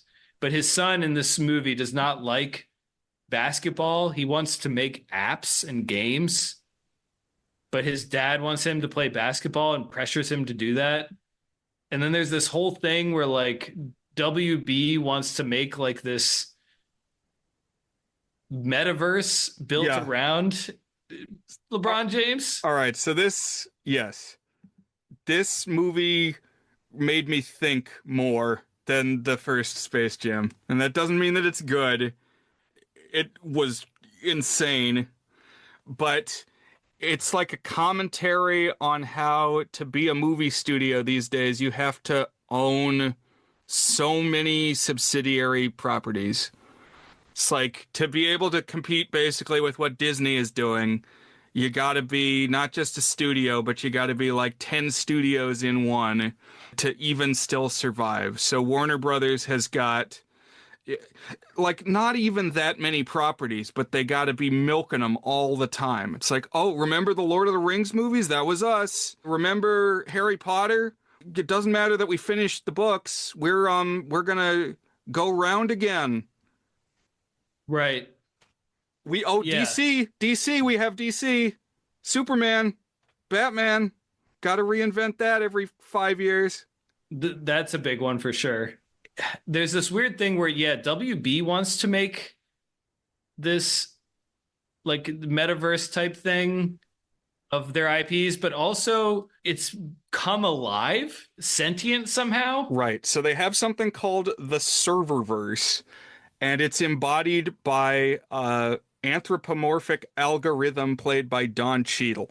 Right. And Don Cheadle is just acting so hard in this movie. Like this is his big break was the energy that I got. And of course, I mean, Don Cheadle is he's a big name, but yeah. like, I don't know that he's the big bad very often.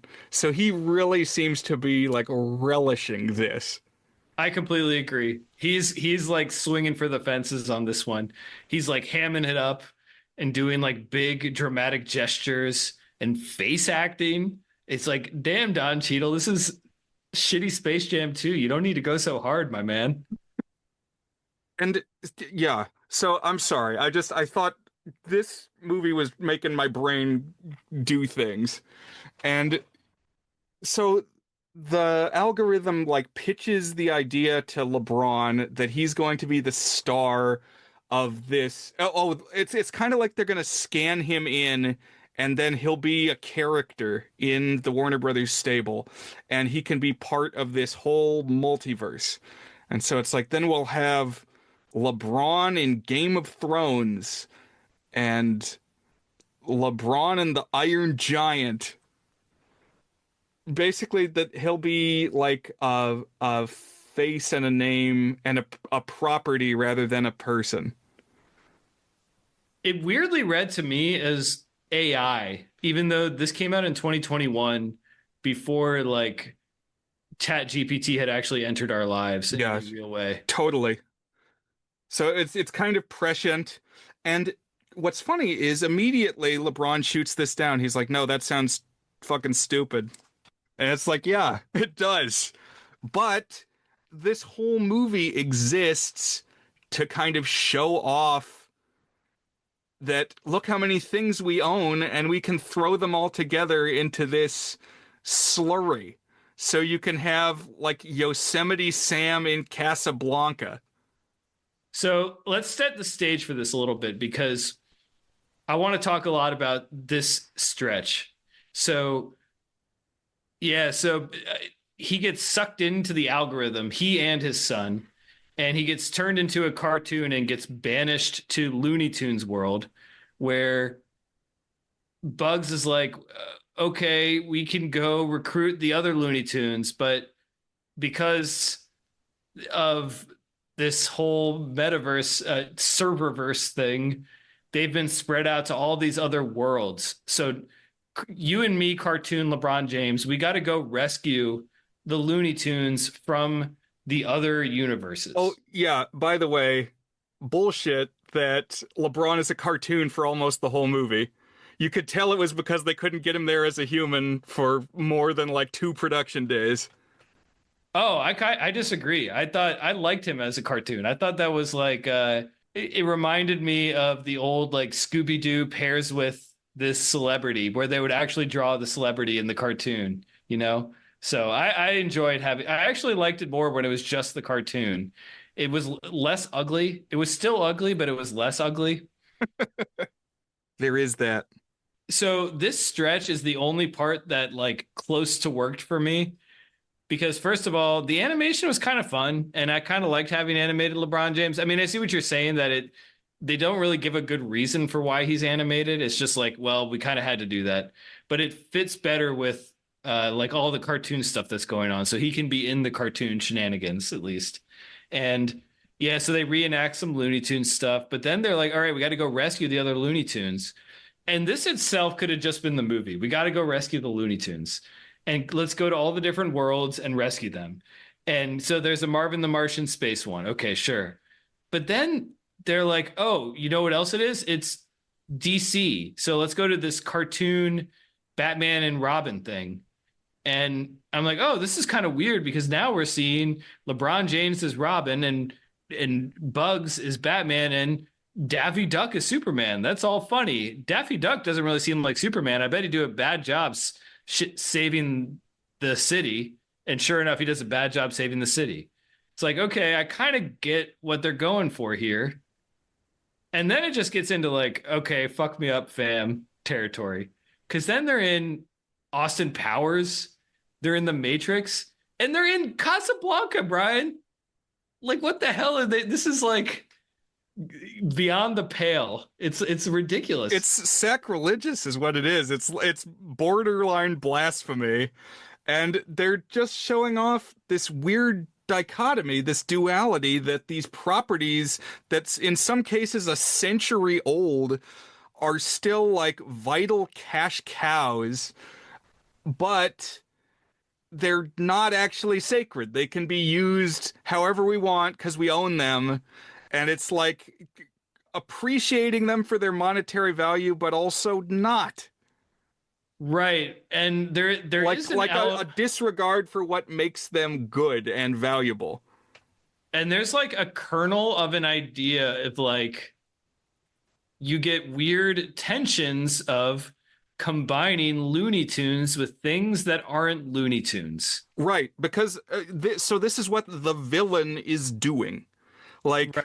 it's ostensibly it's a bad thing to be mashing all this stuff together, but it's the raison d'etre of the film. It's like that's why we're here is to have this happen. Right. And so I don't know. I I'm kind of at this point numb to IP exploitation. Like basically you can draw the line at Wreck-It Ralph 2 when like it just didn't seem interesting anymore to have characters from different universes in the same thing. Like that didn't feel like an event anymore after that, you know?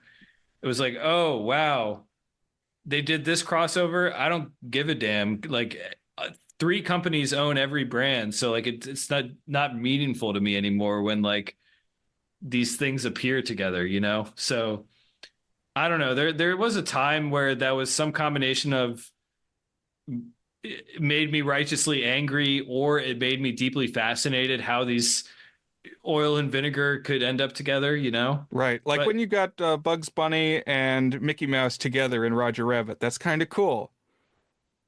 But it's like we've just moved so far beyond that now. right, this is like oil and Mountain Dew or something like that. Like it's unholy. It's like disgusting. But like I will say I felt something when they showed Casablanca. It was like a nausea, like a this is wrong, but it almost felt like it was self-aware in that regard. And I don't know. Like I can't say I hated it because it did make me feel this thing. And I was like astonished that it was doing it.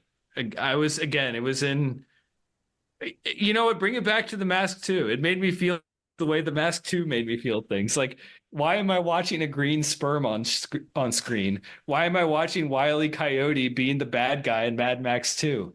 I don't know, dude, but I'm watching it, and like, what a world we live in. Yeah. Eh, I feel even more so than the first movie that this script was trying to say something, but it's like getting in its own way. It it is a part of the system it's arguably trying to decry.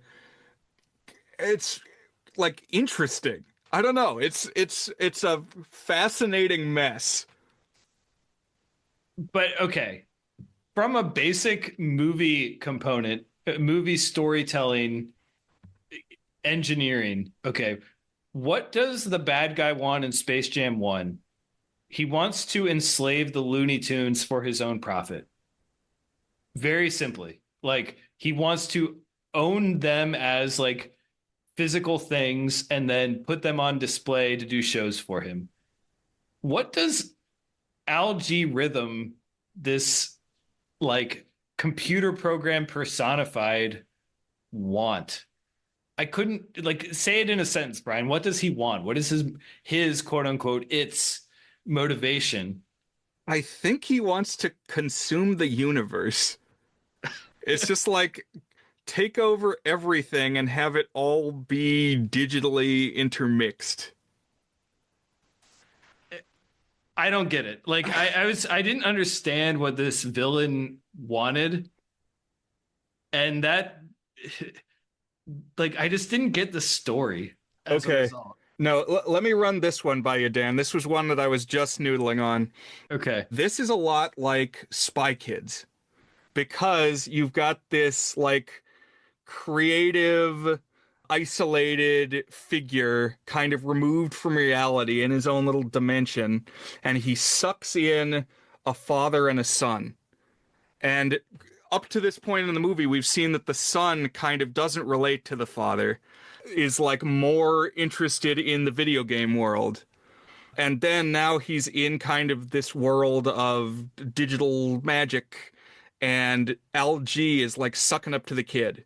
He's like, your father doesn't understand you. You should ally with me. And this was all stuff that Floop was doing. Floop Right. and Junie, and like the tension of the film is the son gonna return to the fold and reconnect with the father, or is he going to live with PB Herman in the green screen land?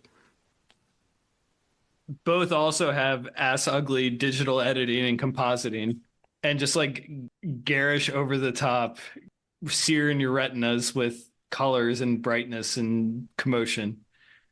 But I see what you're saying, and like that thought sort of crossed my mind, not quite so crystallized as you said it, but I think you're onto something that like somebody was like dealing with feelings and concepts when they were putting this screenplay together. Not to say that they're in the screenplay, but you know Yeah. somebody was feeling something. Yeah, so more than Algae Rhythm's personal drive, Hmm. like not so much what does he want or stand to gain or lose. To me the conflict is more like video games versus real world things. It's like Yeah, what do kids care about now? Is it sports, or is it gaming and memes and social media addiction? right. Okay. I think that you're maybe onto something there. And I'm not saying it's good. Nothing I'm going to say about this movie is going to be arguing in favor of that it's good. It's just that it is maybe more complex than we give it credit for. This is a complicated film. So then they need to play basketball again. I don't it's like somehow oh yeah, so because the sun is under the thrall of algae rhythm, somehow it gets turned into like, well, you should play him for basketball. And then LeBron goes back from cartoon to physical LeBron. And also the Looney Tunes go from being 2D hand drawn style cartoons to textured CGI. And this is like the Wayne Knight being inflated level of unsettling to look at, but for the whole film, like I never got used to that. Hey, here's a 3D textured Bugs Bunny and Lola Bunny. Like it just never looked right. Yeah. Did you watch the sequel, the legacy sequel to, well, no, it was the Rescue Rangers movie on Disney Plus. Did you watch that? No, I heard it was interesting, but I have not seen it. It's very interesting, and it's kind of a legacy sequel to Roger Rabbit Interesting. Okay. because it's this community where it's Toontown basically from Roger Rabbit, but updated to today. So like any animated film that's come out over the intervening decades is represented in some way. It was good. If you're into animation history, watch the Rescue Rangers movie. Much better than I thought it would be. But it plays with some of these things of like, what is the proper way to be a cartoon these days? Is it to be a CGI person or is it to be a 2D person? And yeah, I don't know. A high concept, kind of also convoluted, but worked better in that case. Gotcha. So when they're playing the basketball game this time around, the audience is all figures from the many, many IPs owned by Warner Brothers. So this is insanity. There are thousands of people in these stands, and it's, what it's a lot like is the movie of Ready Player One.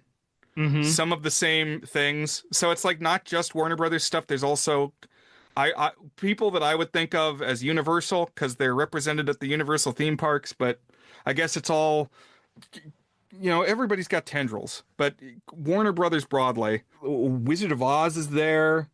It's so many things. There's like horror movies back there. You could like still by still and be like, oh, look, it's this IP character, Right. this So IP character. so Pennywise, yeah, is there from It. And what is kind of funny, I think somebody shouts this out on Letterboxd, so it's not totally originating with me, but like you also saw thought pieces that they kind of sexed Lola down a little for this movie. Made her Okay. not so much of a sex pot, covered up a little bit more rabbit skin. But yet, in this cheering section, you've got the rapist droogs from Clockwork Orange.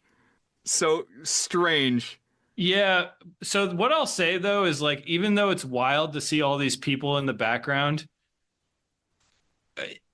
it's not meaningful. They don't do anything. They like have the same preset cheer CGI animation on them. Yes. Okay, let's talk about this some more. Because it's more of this thing where it's like, do they actually value these properties or not?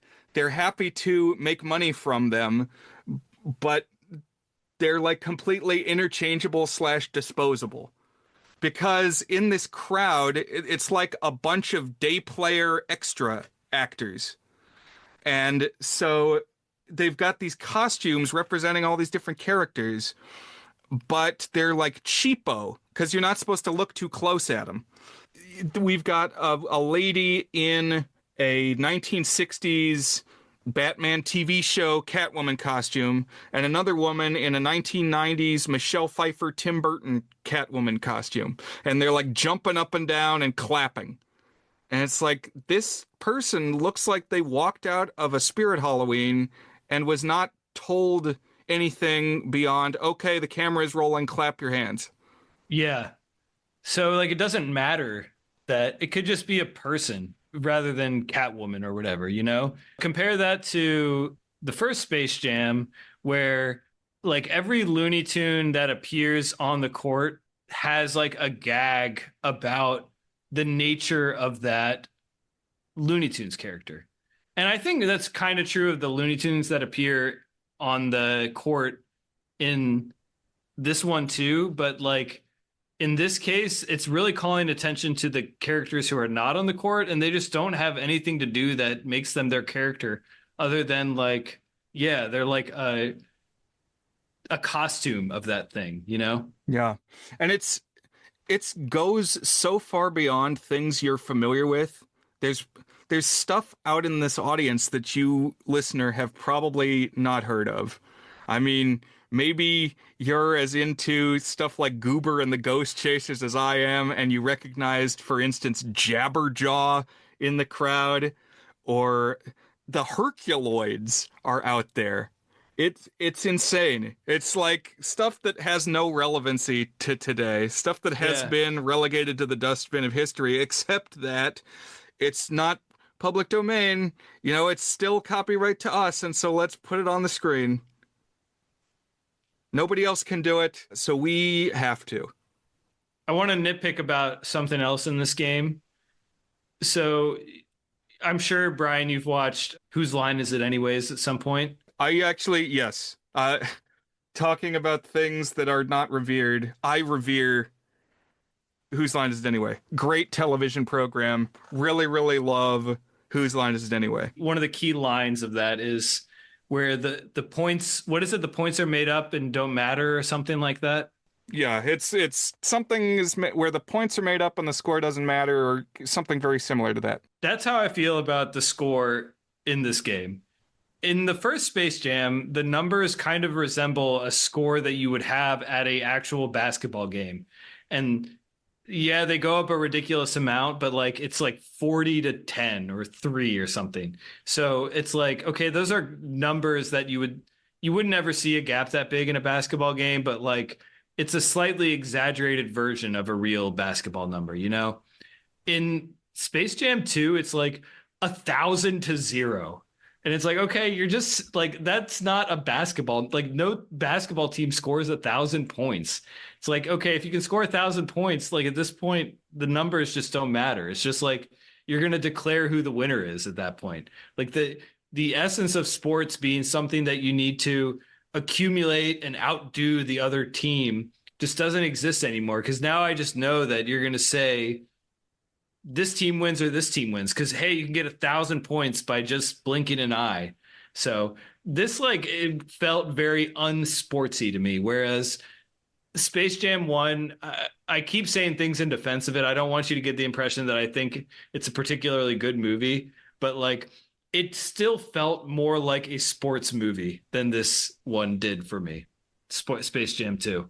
Just a couple other tidbits. Lola Bunny, voiced by Zendaya. She's in a lot of stuff these days. She was in Space Jam 2 as Lola Bunny.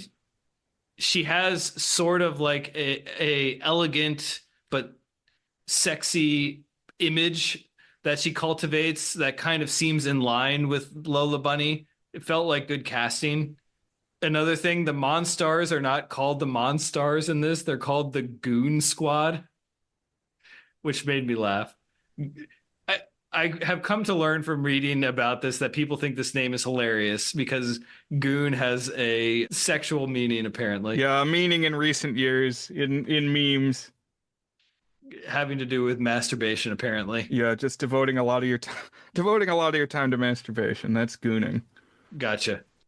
And they like emphasize it in this movie. It's like, are you gonna rejoin your dad, or are you gonna be a goon with me? Another thing, it's called Space Jam, but I think there's a very quick throwaway about how they're in cyberspace, but like it's not played up. So you might be wondering, why is it called Space Jam? Because they're not in space, they're in the computer. Whoa, I didn't even think about that. But you're right. There's hardly any space at all. Last thing, I did not buy that the son would continue to be against his dad. It didn't make sense that he would be convinced. Like, his dad's being nice to him and stuff, but the son's still like, okay, but we're going to defeat you because I'm on the bad guys. Until the very end. At the very end, he switches over. But like, it goes on really long. And I was like, kids are not good decision makers, but I just did not buy this from a dramatic angle. Yeah, I didn't buy that the kid made the game in the first place. It's like that. Yeah. That would be pretty complicated. Oh, and also like some of the tech talk as coming from a programmer, he's like, oh yeah, you got to connect the mainframe to the UI and connect it so it clicks. And it's like, what you just said does not mean anything. Like that's not a real way that somebody who would make an app would speak. And but it's kind of funny. Yeah, the way that he talked about developing the game didn't make sense to me. No, Because he was like, I made my character, but it's like, did you not make all the characters? It was almost like he crowdsourced development of the game in a way that to me seemed like he could no longer call it his own. I was not very clear on the No, specifics. it's not a good representation of the software development process. I'll tell you that much, Brian. Many things happen in this movie, and it was like, wait a minute, I'm still wondering about the previous thing that happened. It's like, can we pump the brakes, please? Just a little bit so I can comprehend how much is happening. And I kept coming back to like, what are the stakes? Why does the villain want to win? What happens if the villain wins? Oh, you now have to play basketball forever. But like, okay, what does that mean?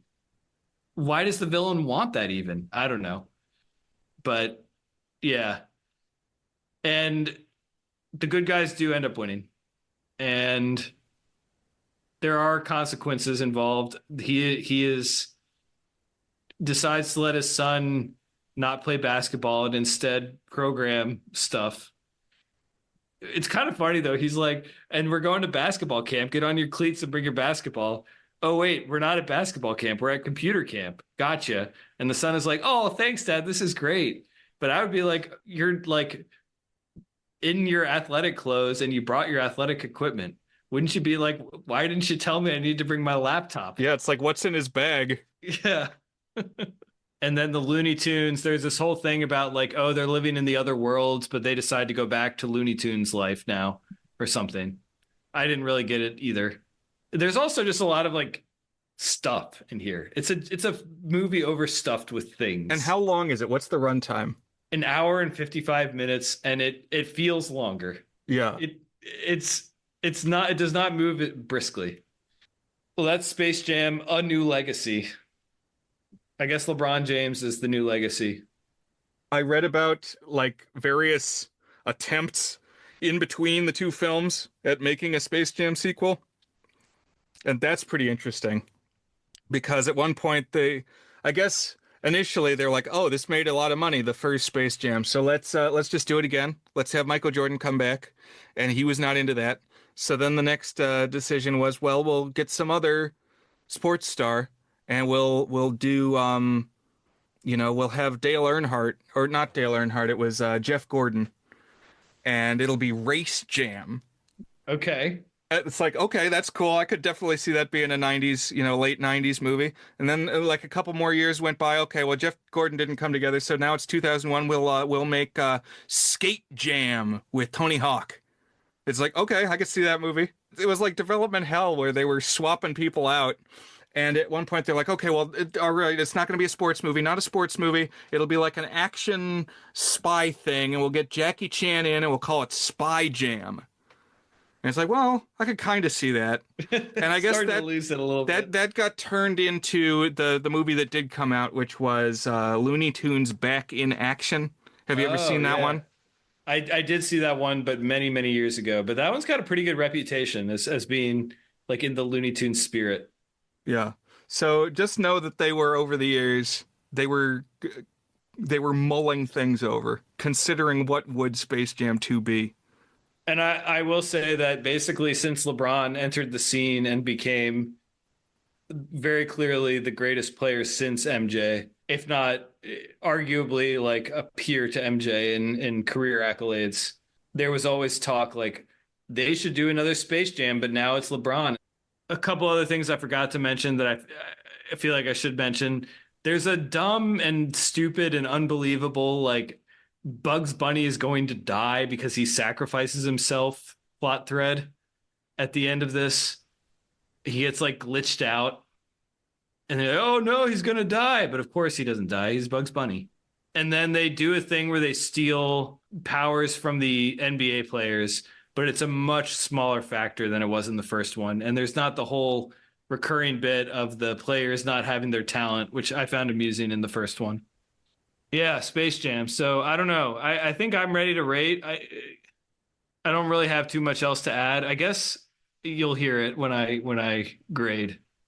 But what about you, Brian? I'm ready. We're here at the end zone? What do basketball courts have? I want to hear more of your guesses about what you would say. Like, what is the phrase to describe it? what? There's the 3-point line, and there's the shot clock. You're naming things, yes. And I think when you're up in the, is it a box where there's a certain point that you can cross the court, and once you got the ball up there, you're on the shot clock, right? The half court line. Okay. Yeah. All right. So what? The shot clock starts counting as soon as you're past the halfway line? It's a little more complicated than that, but we can go with that for now, sure. Okay. Well, we're closing in. We're to the section you know and love, listeners. It's is it good? Let's get this slam dunk in here, yeah. Is it good is our signature section where we each give the movie a rating on our 8-point goodness scale, ranging from very not good, which is a 1 out of 8, to our masterpiece rating, toward a good, which is an 8 out of 8. So let's do Space Jam 96 first, Brian. Is Space Jam good? So I was underwhelmed by this. It didn't live up to the junior novelization. No, it was probably about as good as the book was. I'm gonna give Space Jam a 2, which is it just felt so crass, and it's based on a commercial. It's this is a commercial undertaking. It's like, let's revive the Looney Tunes brand. Let's revive Michael Jordan's career because he's coming back. I don't know. I just didn't feel the magic of something like Roger Rabbit. It's like we know that we can have people and cartoons together. I did have some fun picturing how they actually shot it. I would like to watch like a behind the scenes. I'm sure the DVD has got some good material. Cause I mean it's kind of cool to put the people together with the animated stuff. It had just been done before, and it just felt like it felt crass. It didn't feel meaningful to me in a big way. I don't know. It was I remember 1996, this being the movie, the first one that I was aware of where it's like this is the it movie that you should go see. In the same way that like 2 years later the Roland Emmerich Godzilla was, or Armageddon, you know, as I got a little older and was the target of different kinds of ads, it's like this is the summer movie. But I don't know. It bounced off of me. It's not one that's going to stay with me, and it's just not something that was part of my life growing up, really. Where are you at on Space Jam 1? To me, Space Jam is like the platonic ideal of a good-ish movie. It's a 4 for me. A little part of my heart wants to give it a 5 because I think it's a good version of itself in many ways, not in all ways, but in many ways. I think it kind of understands what makes sports exciting and like what makes it a good story. Like, why is sports interesting? Why do people care about sports?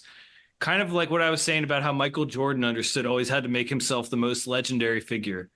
Like, this isn't quite at that level, but it does have some of that energy to it. And it's got like cool sequences. Not every bit of it lands by a long shot, but like a lot more of it did. So again, parts of me want to go to a 5, but it's just so, it's like the Michael Jordan brand and the Looney Tunes brand, the movie, crossed in a way that is bizarre. And like, it kind of feels more, to me at least, like it knows what it wants to be and then you would expect from the pitch, but it's just a little odd. And yes, very, very of the time, almost like pandering, like lots of references and some fart jokes. And I don't know, like definitely a commercial venture, but it sparkles a little. So it's a high end 4, but like I said, it's like when you tell me that a movie is good-ish, I think of Space Jam 1996. Michael Jordan, not the worst actor, but in my head, he would like I used to have the take Michael Jordan actually doing a good job acting against a green screen. I watched it again and I don't know why that was a take I ever had. Like he's replacement level, not horrible, but like not good, not elevating the material. And they brought in a lot of supporting charm with Bill Murray and Newman, and even like Larry Bird and the NBA players get some funny moments and stuff. So I don't know. Were you gonna say something, Well, Brian? I read one of the things that Michael Jordan's agent, I guess he got approached with several different film projects, and his agent basically said he can only play himself. It's like whatever it's going to be, he needs to be playing Michael Jordan. Yeah. All right. What about Space Jam: A New Legacy, Brian? So this one was complicated for me because it actually had me thinking thoughts. And it's like this. So I didn't say it when we were talking earlier in the episode, but so I really hate Funko Pops. And I should have said this earlier in the episode because it's not really an end of the episode wrap up topic, but this movie gave me Funko Pop feelings. And so the reason that I hate Funko Pops just so much, like marrow deep, just I hate to see them. I don't even like that they are part of the world that we live in. But it's because they take properties, brands, movies, bands, cartoons, anything that's like a work of art that has been released to the wider world and met with success. It's like it got money to a degree, it got name recognition to the point that it became a brand. And the mark that you have succeeded in this endeavor is you get a Funko Pop. And a Funko Pop is they're all shaped the same. So it's a piece of plastic with a big lumpy head, and it gets painted, basically painted in a way that represents this specific character. And then you can buy it and you can put it on your shelf, and you can never even take it out of its box because the box is like part of it. It's got a number and the name on it so you know what it is. And it's like, this is not even a toy at this point. This is it's a little figurine, but it's not a figurine because they are all the same shape. And it's just this little totem that says, hey, you know this thing that you like? Here it is represented on a numbered list. And what a soulless thing. What a soulless point that we've reached, that this is what successful art achieves. So that's why I hate Funko Pops.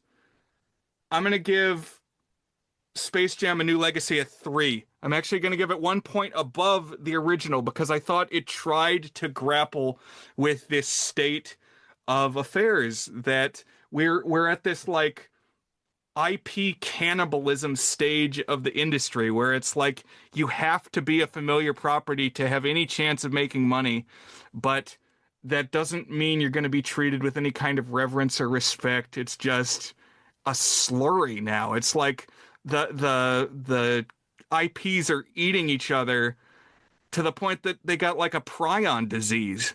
It's like everything is corrupted and befouled. And we don't know what the future is going to be. Like, will the bubble burst? Will things collapse? Or are we just in the age of slop? And the script tries to grapple with that, but is also just part and parcel. It is what it's trying to paint as bad. And that made me think a lot of thoughts, and I just engaged with it more than the first one. So it's not a good movie, but I'm going to rate it a little more highly. Okay, that's an interesting take. I respect it. I also disagree with it, but I will say this movie stopped at the first half, and it was just everything prior to the Looney Tunes turning into CG and the basketball game kicking off, and like now we have just characters in the background that are every single thing without any meaning. Like you said, like it's taking away what makes them them. It's just like a shape that's there. I would probably feel similarly to you and would be in like the 3 or the 4 region. Honestly, I kind of enjoy the first half, and I kind of like the way that it like grotesquely interrogates and uses IP. Like it feels kind of like you said, like it's confronting it in a way where it's like doing it to like a monstrous degree almost. And I don't know, there's something there. But then by the second half, and it's just a brutally long movie. So like the second half, it feels like a whole movie itself. This basketball game, it doesn't have any of that like wit or like at least engagement with the concept. It's just like, hey, here's stuff you've seen, and we're gonna do an uglier, more incoherent, understands sports much less version of Space Jam's basketball game with like, I don't know. It just it really didn't work for me. Like even when I started the movie, I was like, why did the people hate this so much? I don't get it because there's some charm here, or there's at least like something here. But then I did get it during the second half. I was like, yeah, this is bland and dull, and just I'm not having a good time. And it's too complicated and too long and too much. I'm gonna give it a 2, a not good. Space Jam: A New Legacy did not work for me, and it's probably a lower end 2, but there's enough going on here that I was like, there's something here. It's not a 1. I was feeling good about it early on, so it's gonna stick at 2 rather than 1. But that's Space Jam: A New Legacy, Brian. Space Jam 1 and 2, the great duology of our times. We did it. Yeah. Speaking of great duologies, we're going to be discussing a great trilogy next week, Brian. Right. If you thought this was a gruelingly long film, Dan, you're in for a treat. At long last, we've been talking about it for literally years now. We're going to talk about The Lord of the Rings. We did talk about the animated one a long time ago, but we're going to talk about The Lord of the Rings here. The Peter Jackson trilogy. And we're going to have Will on, who I don't even know why Will got associated with Lord of the Rings with us, Brian. Maybe he like defended it or he talked about it or something. Well, with you us. said of your brothers, he's the one who's into it, right? Yeah. Oh yeah, definitely. So that's the reason. He was vociferous about our previous Lord of the Rings episode, and we'll talk about it in the episode. I'm almost hesitant to talk more Lord of the Rings, but because I would say, well, we've said what we had to say about Lord of the Rings, but we've done 20 adaptations of A Christmas Carol, so there's room to talk different adaptations of the same story. I think we can dig deeper into it. And I think maybe it'll be a little bit of rehash, but I think we'll see what we have to say. And Will is definitely going to come with things to say, so. Yeah. If you can get me to understand the difference between Sauron and Saruman by the end of the episode, then it'll at least have been productive. We'll do our best. I'm going to be kind of a middleman, I think, because I am not super well versed, but I've seen the movies, a good number of times. I have read the first 2 books at this point, which I hadn't the last time we talked the topic. Well, I guess we'll see, Brian. Thank you for indulging me on slamming and jamming with Bugs Bunny, Michael Jordan, LeBron James, and apparently Don Cheadle as well. And Lola Bunny. I felt like it was a missing piece for me, so I'm glad that it's been filled. Feels like it works alongside other movies we've talked, like The Mask, like the Power Rangers movie, these kind of 90s children's movie milestones. Speaking of The Mask, by the way, that for me was the first one that was the It movie. I remember that. That's when I was 6, so it makes sense. Maybe 6 is the age you become aware of such things. You're in kindergarten and first grade, and kids are talking about stuff, and you're seeing advertising more. So there you go. All right, Brian. What was the first big news story you remember being on the news? I really distinctly remember the Monica Lewinsky scandal, but there's probably some before that if you told me, I'd be like, oh yeah, I kind of remember that. But the Lewinsky scandal is one I remember really well, like early on when I was aware of news. What about you? I remember when the OJ trial was going on. So I was only 5 at that point, but I remember them talking about that on the TV. I do remember that too. Yeah. All right. Well, I'll talk to you later, Brian. Okay, bye everybody. Join us again.